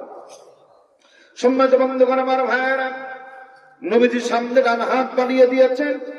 আল্লাহ রাব্বুল আলামিন হাবিবের হাতে পর্যায়ক্রমে 73 জন ইহুদি হাত রাখে। হাত রাখার পরে বলে, ইয়া রাসূলুল্লাহ, ইয়া হাবিবাল্লাহ, দীর্ঘদিন পর্যন্ত আপনার কথা শুনেছি, আপনার নামটা তাওরাতের মধ্যে আমি নিজে পড়েছি। ইহুদি আলেম, তাওরাতের আলেম আব্দুল্লাহ ইবনে সালাম বলছে, আপনার নামটা বহুবার তাওরাতে পড়েছি, একটা বড় দেখার সুযোগ পাইনি, মনের মধ্যে দেখার বড় আগ্রহ ছিল। আজকে যখন দেখতে পেয়েছি, নিজের জীবনের ভুল ভেঙে গেল। আপনার বিরুদ্ধে আমাদের ইহুদি লিডার নেতা যারা বহু মাঝে মাঝে মন্তব্য করেছে, তারা দেরি করার দরকার নাই, এখনই পড়া দেন ইমানের কালেমা, লা ইলাহা ইল্লাল্লাহু মুহাম্মাদুর রাসূলুল্লাহ। একসাথে বলি সাল্লাল্লাহু আলাইহি ওয়াসাল্লাম। এই 73 জন লোক আসবে না, আল্লাহ নিয়ে আসবেন। নবীর কাছে বসলো, কালেমা পড়ে মুসলমান হয়ে গেল। আওয়াজ করে বলেন আলহামদুলিল্লাহ। সম্মানিত ভাইয়েরা, আমার দরদিরা, কিছুক্ষণ পরে লাভ করে ডাক দেন, নবীজি অনুমতি দিয়ে দেন, বাড়ির দিকে যাব। আল্লাহর হাবিব বললেন, যাবে যাও, বি কেয়ারফুল, সাবধান। কেন? বলছে, কালেমা পড়ে যারা ইমানের পরীক্ষার সম্মুখীন হয় তারা। আয় বড় ভাই, বিগত সময়গুলির মধ্যে বাংলার মানচিত্রে সবচাইতে নির্যাতনের শিকার তারা নামাজি, আল্লাহওয়ালা, টুপিওয়ালা, দাড়িওয়ালা মুমিন মানুষ যারা। আমার মাহফিল ছিল সিরাজগঞ্জের উল্লাপাড়া, আর মামলা হচ্ছে রাজশাহী। বিস্ফোরক দ্রব্যের মামলা। মামলার ইজাহারে লেখা আছে যে 2টা অবিস্ফোরিত লাল টেপ জড়ানো ককটেল পাওয়া গেছে। আমার বাপও জীবনে ককটেল চোখে দেখিনি, এত দেখিনি, আমি জানি না ককটেল কি জিনিস। মানে মিথ্যারও তো ভাই অনিয়মের একটা নিয়ম আছে না, অনিয়মের একটা নিয়ম আছে, এটা অনিয়মও পার করে চলে গেছে। জাতির কাঁধে মিথ্যা মামলা চাপিয়েছিল, বর্তমানে চাপাবে, ভবিষ্যতেও চাপাবে। যারা সমাজের মধ্যে সবচাইতে বড় হারামজাদা তারা। বড় ভাই, আপনার হালাল ইনকাম, আমাকে চাঁদা দিতে হবে কেন ভাই? কি আপনি রক্ত ঘামানো পয়সা আপনি নিজে খাবেন, আল্লাহ রাস্তায় দান করবেন, ছেলে মেয়েকে খাওয়াবেন, আমাকে চাঁদা দিতে হবে কেন? হয় কেন? আমার নজরে ইতিপূর্বে চাঁদাবাজি করেছে যারা হারামজাদা তারা, বর্তমানে চাঁদাবাজি করছে যারা হাড়ে হারামজাদা তারা। এগুলো মানুষের বাচ্চা, সব জানোয়ার। চাঁদাবাজ যারা, এগুলো জাহান্নামের নরপিশাচ, এগুলো মানুষ নয়। সম্মানিত ভাইয়েরা আমার, তারা দ্রব্য মূল্যের যে ঊর্ধ্বগতি, এই অবস্থায় একটা মানুষকে এমনি বাজারে গিয়ে মাল কিনতে হিমশিম খেতে হয়, আবার চাঁদা দিতে হবে।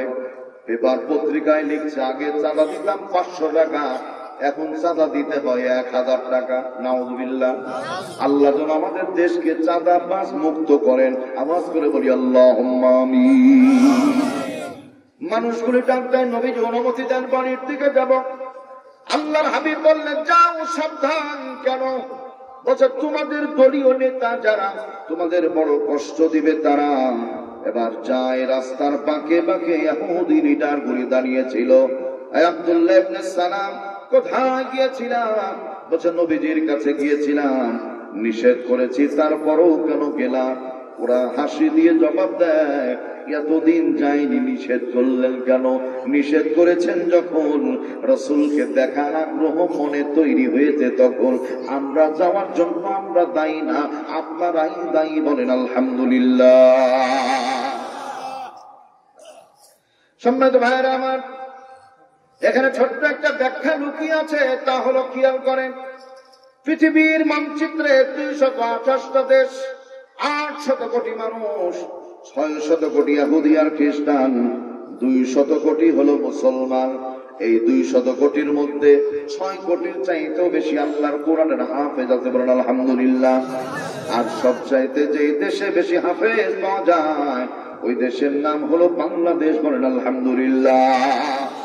ঐতিহাসিক যারা বলছেন তারা পৃথিবীর মানচিত্রে 24 আওয়ার্স, 24 ঘন্টার মধ্যে 4.5 থেকে 500 ইহুদি আর খ্রিস্টান আমার নবীজির কালেমা পড়ে পড়ে মুসলমান হয়ে যায়। করোনার আগের বছর 2019 সালে নিউজিল্যান্ডে মুসলমানগুলি আল্লাহু আকবার জোহরের নামাজে দাঁড়িয়ে গেছে। নিউজিল্যান্ডের ইহুদি আর খ্রিস্টানগুলি মুসলমানদের পেছন দিক থেকে পাখির মতো গুলি করে করে বুকগুলো ঝাঁঝরা করে দিল। 49 জন মুসলমান মসজিদে লুটিয়ে পড়ল, শাহাদাত বরণ করল, মারা গেল 49 জন মুসলমান। পরের দিন পত্রিকায় খবর চলে আসলো 350 ইহুদি আর খ্রিস্টান আল্লাহ রাব্বুল আলামিনের হাবিবের কালেমা পড়ে ওই নিউজিল্যান্ডে মুহূর্তে মুসলমান হয়ে গেল। সম্মানিত ভাইয়েরা আমার, বাংলাদেশের মধ্যে সবচাইতে ভালো রেজাল্ট করেছে এই করোনাকালীন সময় মেয়েটার নাম হলো সাদিয়া। 800 নম্বরের মধ্যে 797 নম্বর পেয়ে মেয়েটা মাদ্রাসার ছাত্রী। বলেন আলহামদুলিল্লাহ। টেক্সটাইল ভোকেশনাল পরীক্ষা হয়েছে, পরীক্ষায় সর্বোচ্চ নাম্বার যে ছেলেটা পেয়েছে ওইটা ছিল মাদ্রাসার ছাত্র। বলেন আলহামদুলিল্লাহ। ঢাকা বিশ্ববিদ্যালয়ে ভর্তি পরীক্ষা হয়েছে, সর্বোচ্চ নাম্বার যে ছেলেটা পেয়েছে ওইটা মাদ্রাসার ছাত্র। বলেন আলহামদুলিল্লাহ। ভারতবর্ষের মধ্যে মেডিকেল পরীক্ষা হয়েছে, গোটা ভারতবর্ষকে চোখে তাক লাগিয়ে দিয়ে যে মেয়েটা সর্বোচ্চ নাম্বার পেয়েছে ওই মেয়েটা একজন মুসলিম হিজাবি নারী। আওয়াজ করে বলেন আলহামদুলিল্লাহ। সম্মানিত ভাইয়েরা আমার, তরদিনা মানুষগুলি যায়, যখন কোশ্চেন করেছে কেন গিয়েছিলাম, বলছে আপনাদের কারণে এতদিন যায়নি। গেলা ভালো কথা, কোনো ব্যাপার আছে? বলছে হ্যাঁ, নবীজির কাছে গেলাম। এত দরদি, এত নূরানি চেহারা, মনে বাধা মানে নাচতে করে কাছে গেলাম। রাসূল যেমনি দেহে হাত লাগিয়ে দিল, পাথরের মতো শক্ত অন্তরটা মুহূর্তেই চুলার মতো নরম হয়ে গেল।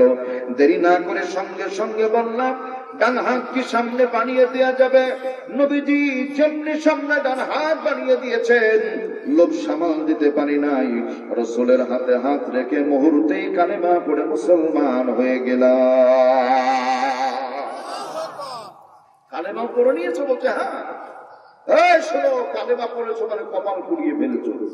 বড় ভাই, কালেমা পড়লে কপাল পুড়ে না, বরং কালেমার বিরোধিতা করে যারা, ডক্টর জাফর ইকবাল, শাহরিয়ার কবির মুরগিচোর, মুনতাসির মামুন আর টাকলা মুরাদের মতো কপাল পুড়াই তারা। যারা ভাইয়েরা আমার দরদিরা, এবার লোকগুলিকে যেমনি কপাল পোড়া বলল, come to back the prophet Muhammad সাল্লাল্লাহু আলাইহি ওয়াসাল্লাম। নবীজির কাছে ফিরে চলে আসলো, ইয়া রাসূলুল্লাহ, ইয়া হাবিবাল্লাহ, হুজুর আমরা নাকি কপাল পোড়া। রাসূলের বৈশিষ্ট্য ছিল, আল্লাহ রাব্বুল আলামিন জানিয়েছেন, বন্ধু যদি কখনো কোনো সমস্যায় পড়ে যান, আমি আল্লাহকে কল দেবার দরকার নাই, একটাবার মিস কল দিবেন, আমি আরশে আজিম থেকে কল ব্যাক করে আপনার প্রশ্নের জবাবগুলো দিয়ে দেব। রাসূল বলে, চুপ করে বসো, উসকুত ইজলিস ইয়া সালাম, চুপ করে বসো, দেখি কোনো ফায়সালা হয় কিনা। আল্লাহ রাব্বুল আলামিন ডাক দিলেন, জিবরাইল, ও জিবরাইল, যাও যাও। আল্লাহ কোথায় যাব? জিবরাইল, রাসূল আল্লাহ পাক বলছেন জিবরাইলে যাও, নবীর কাছে যাও। জিবরাইল কোশ্চেন করেনি, আল্লাহ বন্ধুর কাছে বন্ধু কি খালি হাতে যেতে পারে নাকি? সুবহানাল্লাহ বলেন না। আল্লাহ কোশ্চেন করেন জিবরাইলের, বন্ধুটা কার? জিবরিল বড় বুদ্ধিমান জবাব দেন, আল্লাহ আপনারও বন্ধু আমারও বন্ধু, একসাথে বলতে হবে আলহামদুলিল্লাহ। আল্লাহ বলেন, জিবরাইল যদি তাই হয়, আমি আল্লাহ তোমাকে খালি হাতে পাঠাবো না।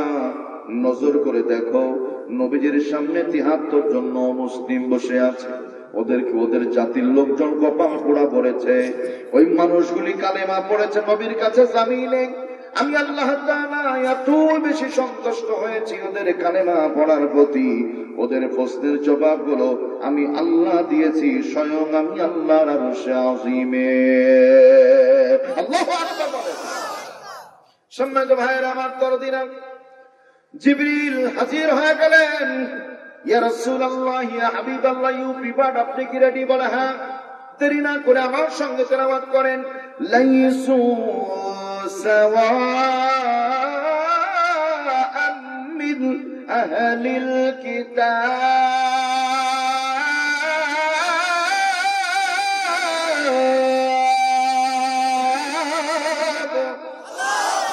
এ দুনিয়ার আহলে কিতাব মানে ইহুদি খ্রিস্টানগুলি সকলে এক সমান নয়। এদের ভেতরে কিছু কিছু মানুষ আছে যারা গোপনে কালেমা পড়ে মুসলমান হয়েছে। এই বড় ভাইরা, মনে প্রশ্ন হতে পারে, হুজুর কালেমা পড়বে তো গোপনে কেন? এই ব্যাখ্যাটা শুনে যান। হিন্দু ধর্মের বৈশিষ্ট্য হলো, কোন হিন্দু ভাই বোন যদি কালেমা পড়ে নেয়, ওরা যদি খবর পেয়ে যায়, ওকে ডাকে, ডাকার পরে বলে, এই কালেমা ছেড়ে দাও। একবার কেউ যদি কালেমা পড়ে, সে কি আর ছাড়তে পারে? ভাই ছাড়তে পারে না। ওকে জোর করে ধরে নিয়ে চলে যায়। রাত্রি যখন গভীর হয়, জবাই করে হত্যা করে, চিতায় তুলে চন্দন কাঠ দিয়ে জ্বালিয়ে পুড়িয়ে ছারখার করে দেয়। আল্লাহ বলেন, জানের ভয়ে জোরে কালেমা পড়ে না, তাতে কি হয়েছে? রাত্রি যখন গভীর হয়ে যায়, আরশে আজিমের মালিক আল্লাহকে ওরা সিজদা দিয়ে দেয়। আল্লাহু আকবার বলে।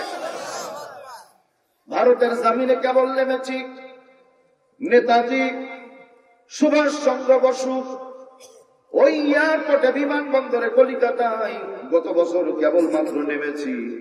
নামার পরে গাড়িতে করে যাই, আমার ডান পাশে একটা ছেলে বসে আছে, নাম হলো নরেশ চন্দ্র সেন। মুখের দিকে তাকাই, মুচকি মুচকি হাসে। আমি বললাম, দাদার নাম কি? বলছে নরেশ চন্দ্র সেন। হাসেন কেন? বলছে বাড়ি বাংলাদেশ। হ্যাঁ। নাম কি হুজুর? বললাম নাম এই। বলছে আপনাদের ওয়াজ গুলো বেশ ভালোই লাগে, আপনাদের ওয়াজের লোকও ভালো হয়, আমাদের কীর্তনে এত লোক হয় না। আলহামদুলিল্লাহ বলে। আমি বললাম ওয়াজ ভালো লাগে? বলছে হ্যাঁ। মুস্কি হাসি দিয়ে বললাম দাদা ওয়াজ যদি ভালো লাগে কালেমা পড়ে নেন, জীবনটাই ভালো হয়ে যাবে। যেমনি বলেছি যুবক মুস্কি হাসি দিয়ে আমার কানে কানে বলছে দাদা আবার কবে আসবেন, আবার দেখা হবে, ভালো লাগবে। কালেমা পড়ে বাপ দাদার ধর্মের মুখে চুনকালি দিব না। সুবিধাবাদ জিন্দাবাদ। রাত্রিবেলায় ঘুমিয়ে আছি, মাহফিল শেষ। সকালবেলায় ফজর পড়ে বাড়ির মালিক বলে হুজুর বিদেশি মেহমান বাইরে বের হন, মানুষ অপেক্ষায় আছে, কি যেন নিবে আপনার কাছ থেকে। বাইরে বের হয়েছি, দেখি কারো হাতে পানির বোতল, কারো হাতে কাঠ, কারো হাতে মধু, সরিষার তেল। এর মধ্যে দাদা আছে, দিদি বৌদি সবই আছে, মানে হাতে সাদা শাখা, মাথায় লাল সিঁদুর, আর যুবকরা পুঁতের মালা পরা। আমি মুচকি হাসি দিয়ে বললাম আমাদের দুয়া কালামের কাজ হয়। বলছে কাজ হয় জন্যই তো এসেছি।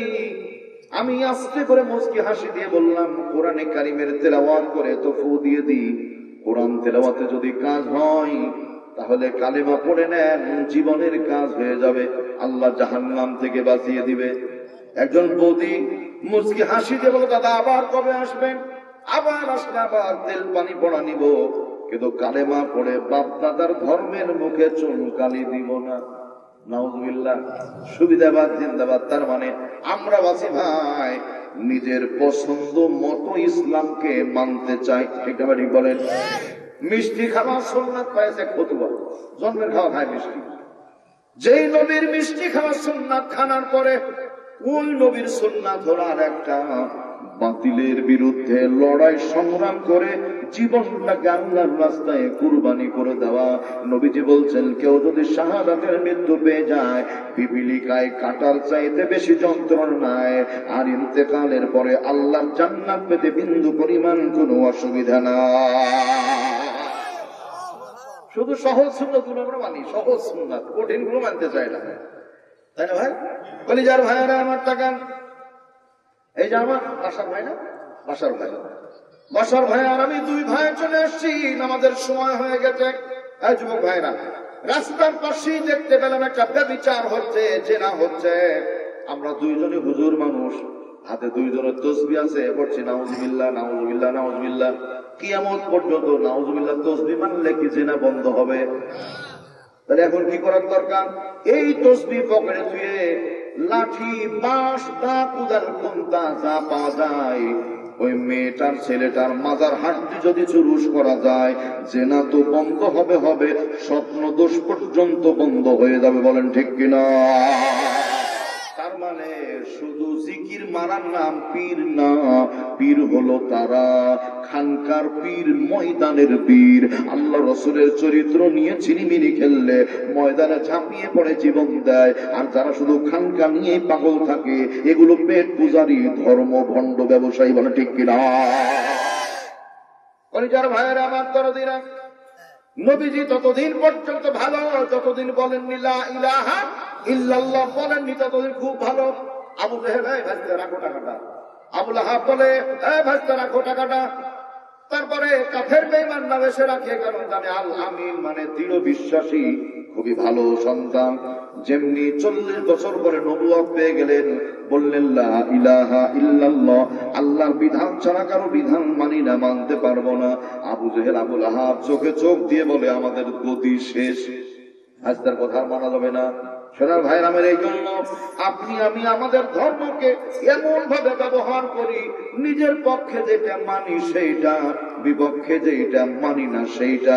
আল্লাহ পাক ডাকতে বলছেন আফাতুমিনুনা বিবাযিল কিতাবি ওয়া তাকফুরুনা বিবাদ। আল্লাহু আকবার বলেন। কোরআনে কারীমের কিছু মানবা, কিছু অস্বীকার করবা। ফামা জাযাউ মান ইয়াফআলু যালিকা মিনকুম ইল্লা খিজিয়ুন ফিল হায়াতিদ দুনিয়া।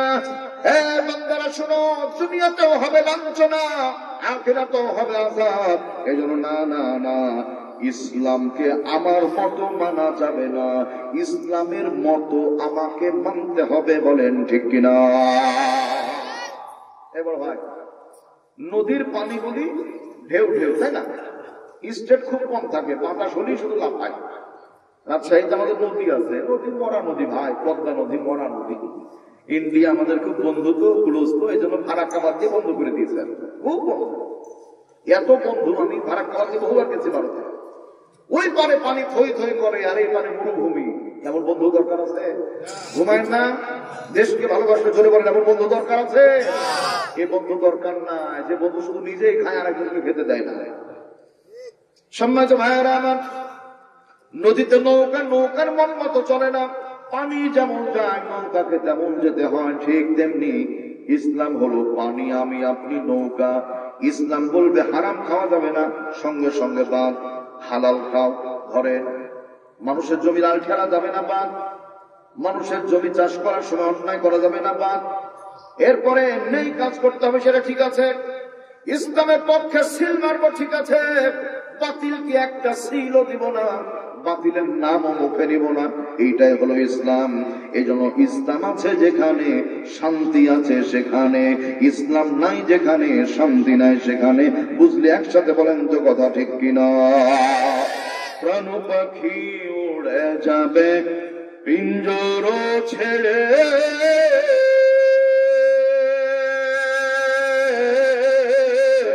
ধরা ধামে সবই রবে, তুমি যাবে চলে। মারহাবা বলেন না আমার সাথে? প্রাণ পাখি উড়ে যাবে পিঞ্জর ছেড়ে, ধরা ধামে সবই রবে, তুমি যাবে চলে। বন্ধু বান্ধব যত, মাতা পিতা তারা শত, সকলই হবে তোমার পর। মন আমার কেন বাঁধো দালান ঘর, একদিন মাটির ভেতরে হবে ঘর। মন আমার কেন বাঁধো দালান ঘর। আল্লাহুম্মা সাল্লি আলা জোরে সাইয়্যিদিনা মাওলানা মুহাম্মদ ওয়া আলা আলি মাওলানা মুহাম্মদ। আওয়াজ করে বলি সাল্লাল্লাহু আলাইহি ওয়াসাল্লাম। নবীজির সামনে ৭৩ জন মুসলিম বসা, ওহী নাজিল হয়ে গেল। আল্লাহ বলছেন দুনিয়ার ইহুদি খ্রিস্টান গুলি এক সমান নয়, এদের ভিতরে কিছু কিছু মানুষ আছে যারা গোপনে কালেমা পড়ে মুসলমান হয়েছে, বলি আলহামদুলিল্লাহ। পরবর্তী শব্দ, এ আয়াতের তাফসীর করতে গিয়ে তাফসীরে কবীরের লেখক ইমাম রাজি রাহমাতুল্লাহ আলাইহি বলেন, দুনিয়ার মানচিত্রে নবীর উম্মত হবেন যারা, তাদের বৈশিষ্ট্য হবে ৮টা। বড় ভাই, বিশ্ববিদ্যালয় ছাত্র হতে হলে ফরম পূরণ করতে হয়, ঠিক না ঠিক? ইসলামের মুসলমান হতে হলেও ফরম পূরণ করতে হয়। বিশ্ববিদ্যালয় একটা সাদা কাগজে, আর ইসলামের কাগজ হলো লা ইলাহা ইল্লাল্লাহ মুহাম্মাদুর রাসূলুল্লাহ। তার মানে ভালো করে বুঝেন, আমি দুনিয়ার কারো বিধান মানি না। বলেন তো বিধান মানি কার? আলা লাহুল খালকু ওয়াল আমরু তাবারাকাল্লাহু রাব্বুল আলামিন।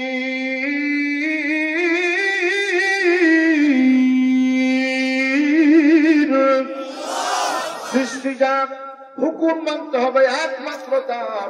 ইনিল হুকমু ইল্লা লিল্লাহ, আল্লাহর সৃষ্টি, আল্লাহর হুকুম মানতে হবে।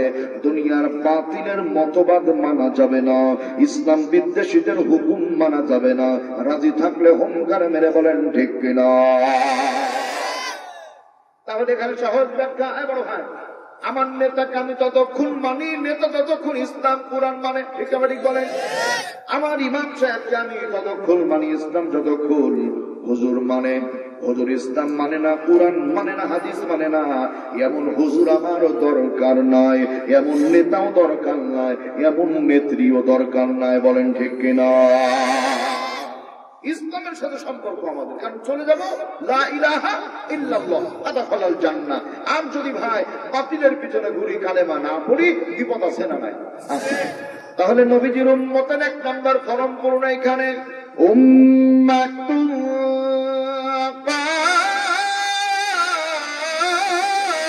কাইমা। আল্লাহু আকবার বলেন। কেউ যদি বলে কোরআনের দলের কথা নাই, ওই লোকটা কোরআন পড়েনি। উম্মত মানে দল, উম্মত মানে গোষ্ঠী। আল্লাহু আকবার বলেন। ও ইমাম, হাতের দিকে তাকান। আল্লাহ আমাদের প্রভু, রাসূল আমাদের নেতা। আল্লাহ ছাড়া কারো কাছে নুয়াই না কো মাথা। তার মানে দ্বীনের প্রতি অটল থাকতে হবে, অবিচল থাকতে হবে।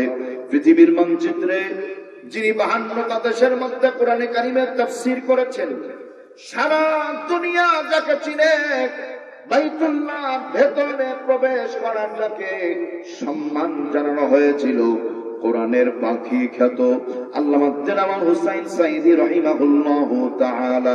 আল্লাহু আকবার বলেন। প্রস্তাব দেওয়া হয়েছিল সাঈদী সাহেব, প্রস্তাব আপনার জন্য দুইটা। 1 নাম্বার, সৌদি আরব চলে যান। 2 নাম্বার, ওই দিক বাদ দিয়ে আমাদের পক্ষে চলে আসেন, মন্ত্রিত্ব দিয়ে দিব। আল্লাহর গোলাম ওই দিন বলেছিলেন, আল্লাহ মোদের প্রভু, রাসূল মোদের নেতা, আল্লাহ ছাড়া কোন বাতিলের কাছে নুয়াই না কো মাথা। মাথা নত হবে কার কাছে? সঙ্গে সঙ্গে বের করা হলো। জেল থেকে বের করে হাসপাতালের দিকে নিয়ে যায়।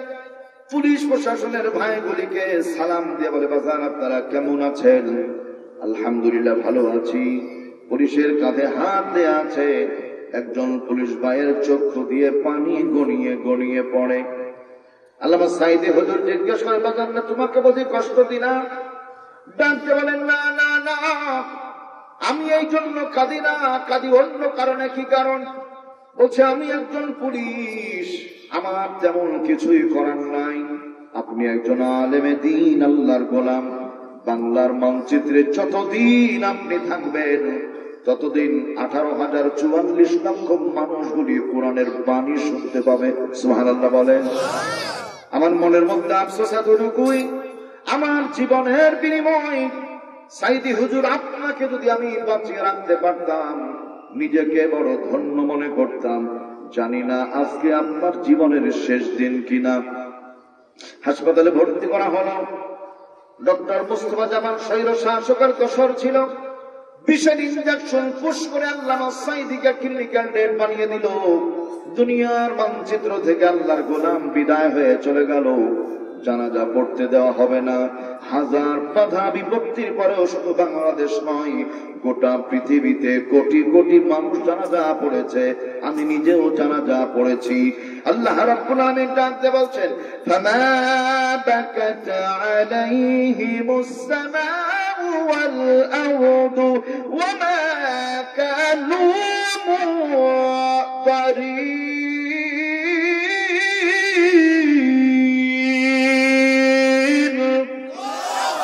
দুনিয়া থেকে এমন কিছু মানুষ চলে যায় যাদের বিরহে আসমান জমিন কেউ কাঁদে না, কেউ কাঁদে না। আবার এমন কিছু মানুষ চলে যায় যাদের বিরহে আসমান জমিন ডুকরে ডুকরে কাঁদে। আল্লামা সাঈদী হুজুর যেদিন মারা যান, বাংলাদেশে বিভিন্ন জায়গায় ওই দিন বৃষ্টি হয়েছিল, আর জমিনের মধ্যে ভূমিকম্প হয়েছিল। আওয়াজ করে বলতে হবে কথা ঠিক কিনা?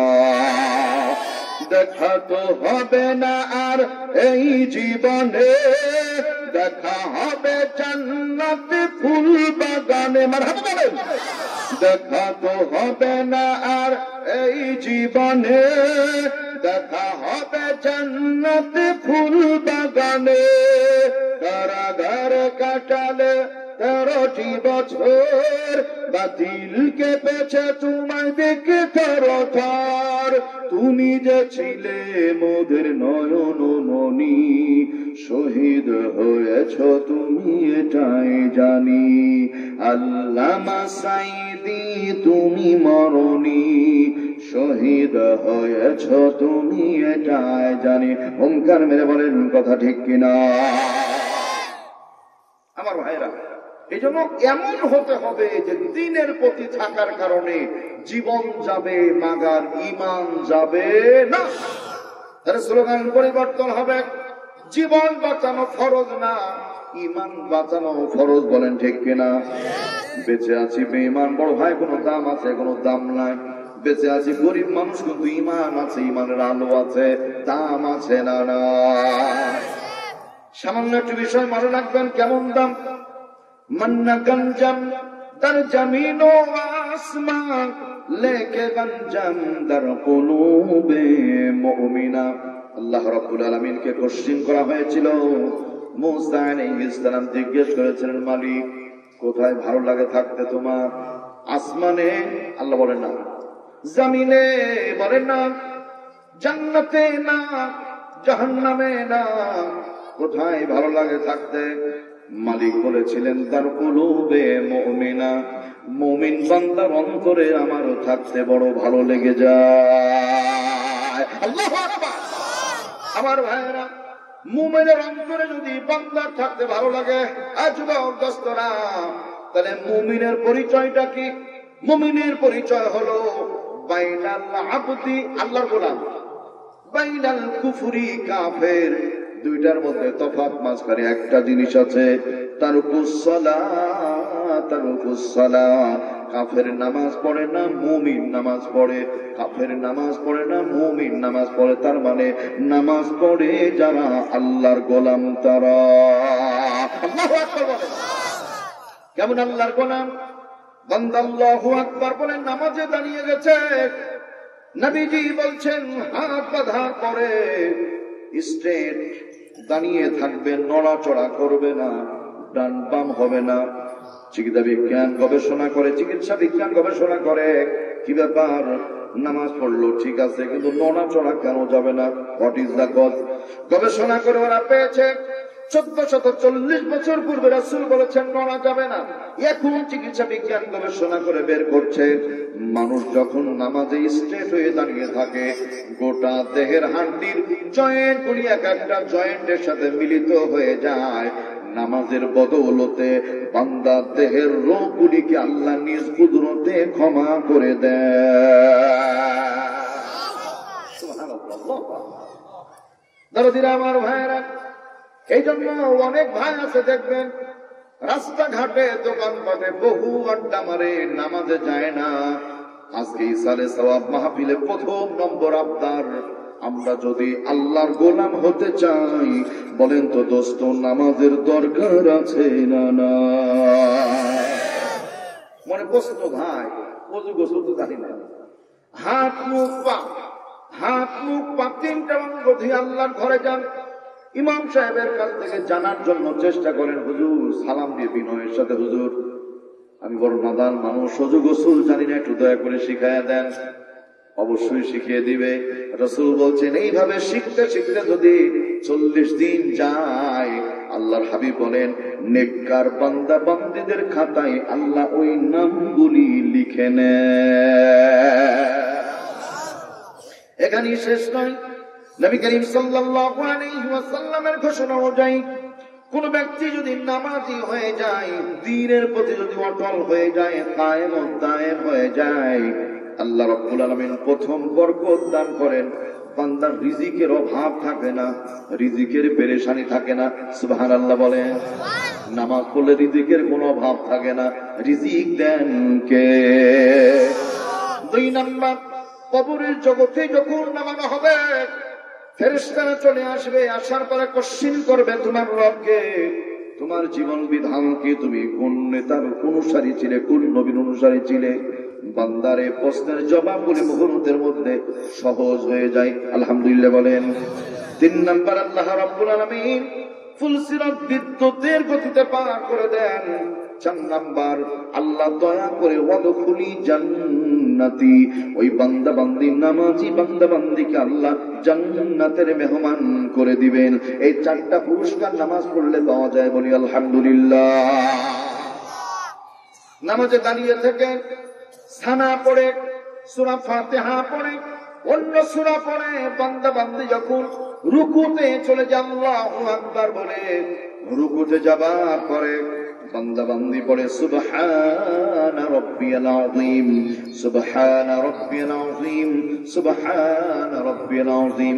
মাজাটা এল হয়ে যায়, মাজা ভাঁজ পড়ে যায়। চিকিৎসা বিজ্ঞান গবেষণা করে দাঁড়িয়ে থাকা একটা মানুষকে কেন মাজা ভাঁজ করতে বলা হলো, গবেষণা করে চিকিৎসা বিজ্ঞান প্রকাশ করেছে, মানুষ যদি ঠিক মতো মাজা ভাঁজ দিয়ে রুকু করতে পারে, আল্লাহর রহমতে মাজা অসুখ জীবনও কোনোদিন নামাজির হতে পারে না। বান্দা বান্দি রুকু থেকে সোজা হয়ে দাঁড়ালো, সামি আল্লাহ, ওই আল্লাহ যিনি শুনেন, হামিদা হুলিমান হামিদা, ওই আল্লাহ প্রশংসা যে আল্লাহ আমাদের শুনেন। এ বড় ভাই, আল্লাহ শুনেন কি শুনেন না? দেব দেবতা কি শুনতে পায়? মাটির তৈরি শুনতে পায় না। আমাদের রব এমন এক রব, ইয়ালামু খাইনাতাল আয়ুনি ওয়া মা তুখফিস সুদূর। বান্দার চক্ষু কি চায়, অন্তর কি চায়, দুনিয়ার কেউ যদি না জানে, জানেন যিনি, তিনি কে? আল্লাহ জানেন। বান্দা এখন যেমনি সিজদায় চলে যায়, আল্লাহু আকবার, তাকান, গোটা জমিনকে আল্লাহ তাআলা খাতা বানিয়ে দিয়েছেন, খাতা বানিয়ে দিয়েছেন। অফিসে এখন হাজিরা দেওয়ার জন্য আঙ্গুলের ছাপ লাগে, কি আছে না? আঙ্গুলের ছাপ দিতে হয়। অফিসে যাওয়ার পরে দেখবেন এই যে বায়োমেট্রিকের মতো এইরকম করে আঙ্গুল চেপে ধরবেন, হাজিরা হয়ে গেল অমুক ব্যক্তি এইটা। সোনার ভাইরা আমার, তাহলে আল্লাহ খাওয়ান, আল্লাহ পড়ান, আমার মালিকের দরবারে হাজিরা দেওয়ার দরকার আছে না? না। কয়বার হাজিরা? কয়বার? 5 বার। 5 বার হাজিরা দিব। আল্লাহ, তোমার খাতা কই? আমরা তো খাতা খুঁজে পাচ্ছি না। মালিক ডাকতে বলেন, ইন্নাল আরদা ওয়াসিআ, আমার জমিন নামক খাতাটা বড় প্রশস্ত। সুবহানাল্লাহ বলেন। এই জমিনের খাতায় সিগনেচার করো। সিগনেচারের জন্য বান্দার কলম দরকার। কলম কোথায়?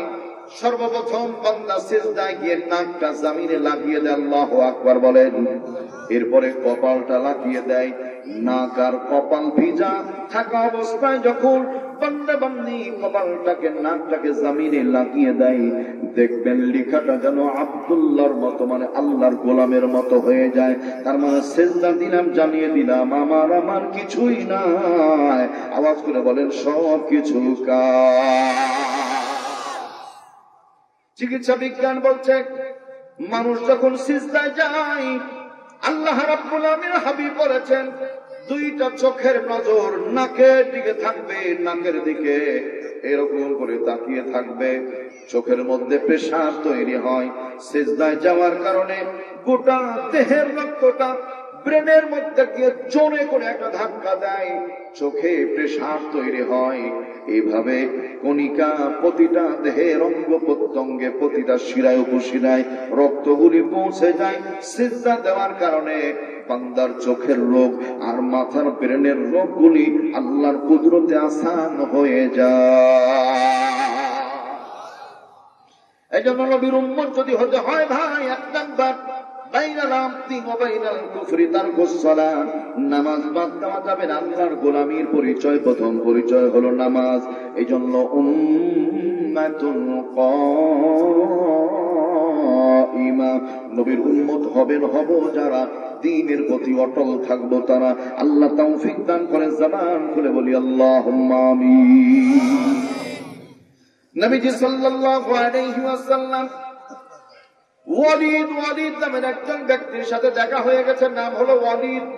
মক্কা নগরীর মধ্যে বড় কাফের লোকটা, খুব দুষ্ট প্রকৃতির লোক, রাসূলকে যে কোনো সময় শুধু অপমানের চেষ্টা করে।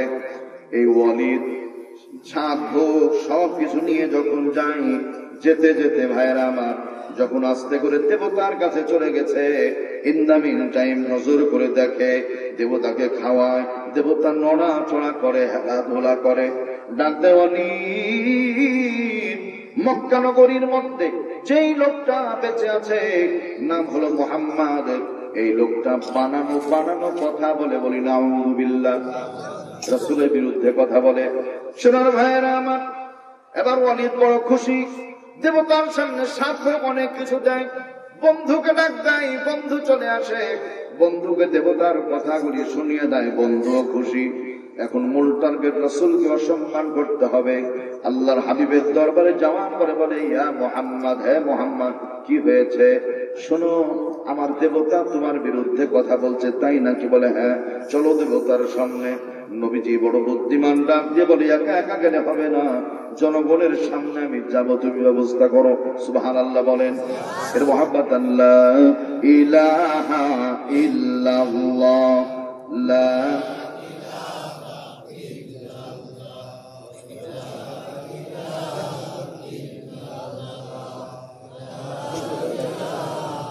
ইল্লাল্লাহ লা ইলাহা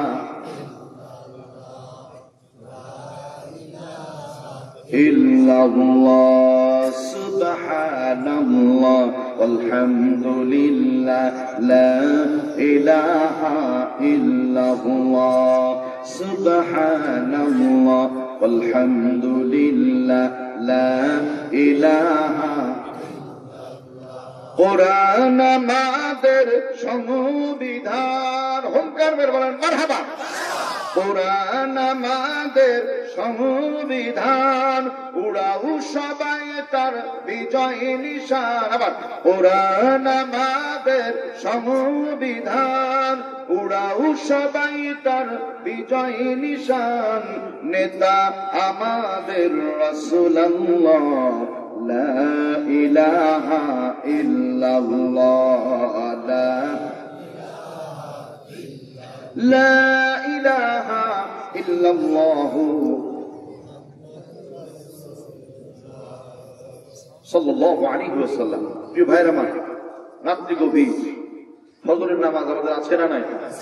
নাকি মাহফিল শুনলে মা না? ফজরের নামাজ আছে, ফজর সবাই পড়বো ইনশাআল্লাহ। এই জন্য রাত্রি 12টার পরে আমরা যাব না। যারা কর্তৃপক্ষ আছে, আমাদের ডান বামে যারা ভাইয়েরা বসে আছেন, আলহামদুলিল্লাহ অত্যন্ত ভদ্র মানুষ, ওনারাও বলছেন যে আমরা 12টার মধ্যে শেষ করে দিব। এই জন্য তাবারকের যারা দায়িত্বে আছেন তাবারক করে মেহেরবানি নিয়ে চলে আসুন। আমার মা বোন যারা আছে, রাসূল আকরাম সাল্লাল্লাহু আলাইহি ওয়াসাল্লাম বলছেন, আল মারআতু ইযা সাল্লাত খামসাহা ওয়া সামাত শাহরাহা ওয়া আহসানাত ফারজাহা ওয়া আতাআত বালাহা ফালতাদখুল মিন আইয়ি আবওয়াবিল জান্নাতি শাআত। নবীজি বলছেন যে নারী জাতির জন্য 4টি কাজ, আলহামদুলিল্লাহ ভাই, 4টি কাজ। 1 নাম্বার 5 ওয়াক্ত নামাজ পড়া। এই নামাজ শুধু মা বোনেরা না, তারা পড়বে, আমরা পড়বো, সবাই বলি ইনশাআল্লাহ। 2 নাম্বার ওয়াসামাত শাহরাহা, রমজান মাস পেলে 1 মাস সিয়াম পালন করা, রোজা রাখা। এই ব্যাপারে মহিলারা এগিয়ে আছে পুরুষের চাইতে, কারণ অনেক পুরুষ মানুষ রোজা রাখতে চায় না, পারে না, কিন্তু নারী জাতি হলে আলহামদুলিল্লাহ রোজা রাখে তারা, আলহামদুলিল্লাহ। কিছু ভদ্র ফ্যামিলি আছে যেগুলো অতি ভদ্রতার কারণে দেওয়া নষ্ট হয়ে যাবে, সেগুলো রোজা রাখে না। ওই মহিলাগুলো দেখবেন যে অল্প বয়সী এমন চেহারা হবে, ওর চেহারার উপরে বয়স ভাতা ওয়াজিব, মানে তাকানো যাবে না। দুনিয়ার ছায়, কাদা, মাটি, ইলেকট্রিক মারতে মারতে চেহারায় শেষ, কিন্তু ভাবি যা করিস না ভাই, জীবনটাই শেষ। এরকম ক্লিয়ার সমাজে আছে। এই জন্য ত্বকের দোহাই দিয়ে রোজা ভাঙবে যারা, শয়তানের বান্ধবী হয়ে যাবে তারা। আল্লাহ আমার মাদের ভালো বানায় দেন, আল্লাহুম্মা আমিন বলি। 3 নাম্বার ওয়াহসানাত ফারজাহা, শরীয়ত সম্মত ঢিলা ঢালা বোরখা পরা, পর্দা করা। মা বোনেরা পর্দা করবে। আমরা পুরুষ যারা আছি আমাদেরও পর্দা আছে ভাই। চোখের পর্দা, মুখের পর্দা, মনের পর্দা, হাতের পর্দা, পায়ের পর্দা, অন্তরের পর্দা, আমাদেরও পর্দা আছে ইনশাআল্লাহ। চোখ দিয়ে বাজে কিছু দেখবো না, কান দিয়ে খারাপ কিছু শুনবো না, হাত দিয়ে অন্যায় কিছু স্পর্শ করবো না, পা দিয়ে অন্যায় পথে হেঁটে যাবো না ইনশাআল্লাহ, ইনশাআল্লাহ। 4 নাম্বার ওয়াতাআত বালাহা, স্বামীর ন্যায় কথার আনুগত্য করা তথা স্বামী স্ত্রীর মিল মহাব্বতে থাকা, স্বামীর খেদমত করা। এই 4টি কাজ যারা করবে, রাসূল বলছেন ফালতাদখুল মিন আইয়ি আবওয়াবিল জান্নাতি শাআত, আল্লাহ পাক এমন একটা ব্যবস্থা করে দিবেন, জান্নাতের 8টি দরজা উন্মুক্ত করে দিবেন। যেই দরজা দিয়ে মন চাই সেই দরজা দিয়ে আমার মায়েরা জান্নাতে চলে যাবে। সুবহানাল্লাহ, আলহামদুলিল্লাহ। আল্লাহ পাক আমার মা বোনদেরকে আমল করবার তৌফিক দান করেন, আল্লাহুম্মা আমিন। আজকে যারা এই ইসারে সওয়াব মাহফিলটা সাজিয়েছিলেন, দীর্ঘ অনেক দিন পর্যন্ত কষ্ট করে, পরিশ্রম করে, প্রায় 11তম বছর চলে গেল। আল্লাহ চাহে তো ইনশাআল্লাহ সামনে একযোগ করতে হবে, আলহামদুলিল্লাহ, সামনে একযোগ করতে হবে ইনশাআল্লাহ। এই জন্য আমি তাদেরকে আন্তরিক মুবারকবাদ জানাচ্ছি।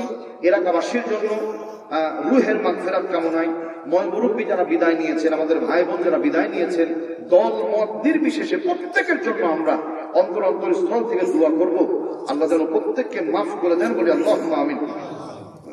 অত্র মাহফিলের প্রতিষ্ঠাতাগণ, আলহামদুলিল্লাহ, তাদের জন্য দোয়া চাওয়া হয়েছে, প্রত্যেকের জন্য দোয়া করবো ইনশাআল্লাহ। মরহুম হোসেন মাতাব্বর সাহেব, জোসনা, এটা কি জোসেন শেখ, আলহামদুলিল্লাহ, আল্লাহ বান্দা একজন ওসমান, তারপরে বালিয়া সর্দার, বালি সর্দার, রহমান শেখ, আব্দুল শুকুর আলী, তারপরে হলো কোকিল মেম্বার, না? হ্যাঁ, ঠিক আছে, আচ্ছা, এলু মাতাব্বর, তুরাব শেখ, এরপরে বাবলু খন্দকার, শেলু শেখ, তারপরে সাগর সর্দার, হোসেন, এছাড়া আরো অন্যান্য, শফি শেখ অসুস্থ, আল্লাহ পাক যেন সুস্থতা নিয়ামত দান করেন, মোহাম্মদ খোকন মোল্লা সহ আরো যারা যেভাবে দোয়া চেয়েছেন, আমরা প্রত্যেকের জন্য অন্তরস্থল থেকে দোয়া করবো, যেন প্রত্যেকে পড়ছি আস্তাগফিরুল্লাহ, সবাই আস্তাগফিরুল্লাহ আস্তাগফিরুল্লাহ আল্লাযী লা ইলাহা ইল্লা হুয়াল হাইয়ুল কাইয়্যুম ওয়া আতুবু ইলাইহি।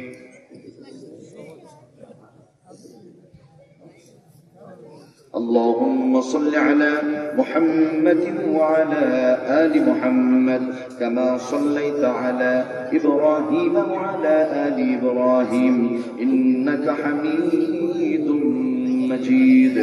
اللهم بارك على محمد وعلى آل محمد كما باركت على إبراهيم وعلى آل إبراهيم إنك حميد مجيد. بسم الله الرحمن الرحيم.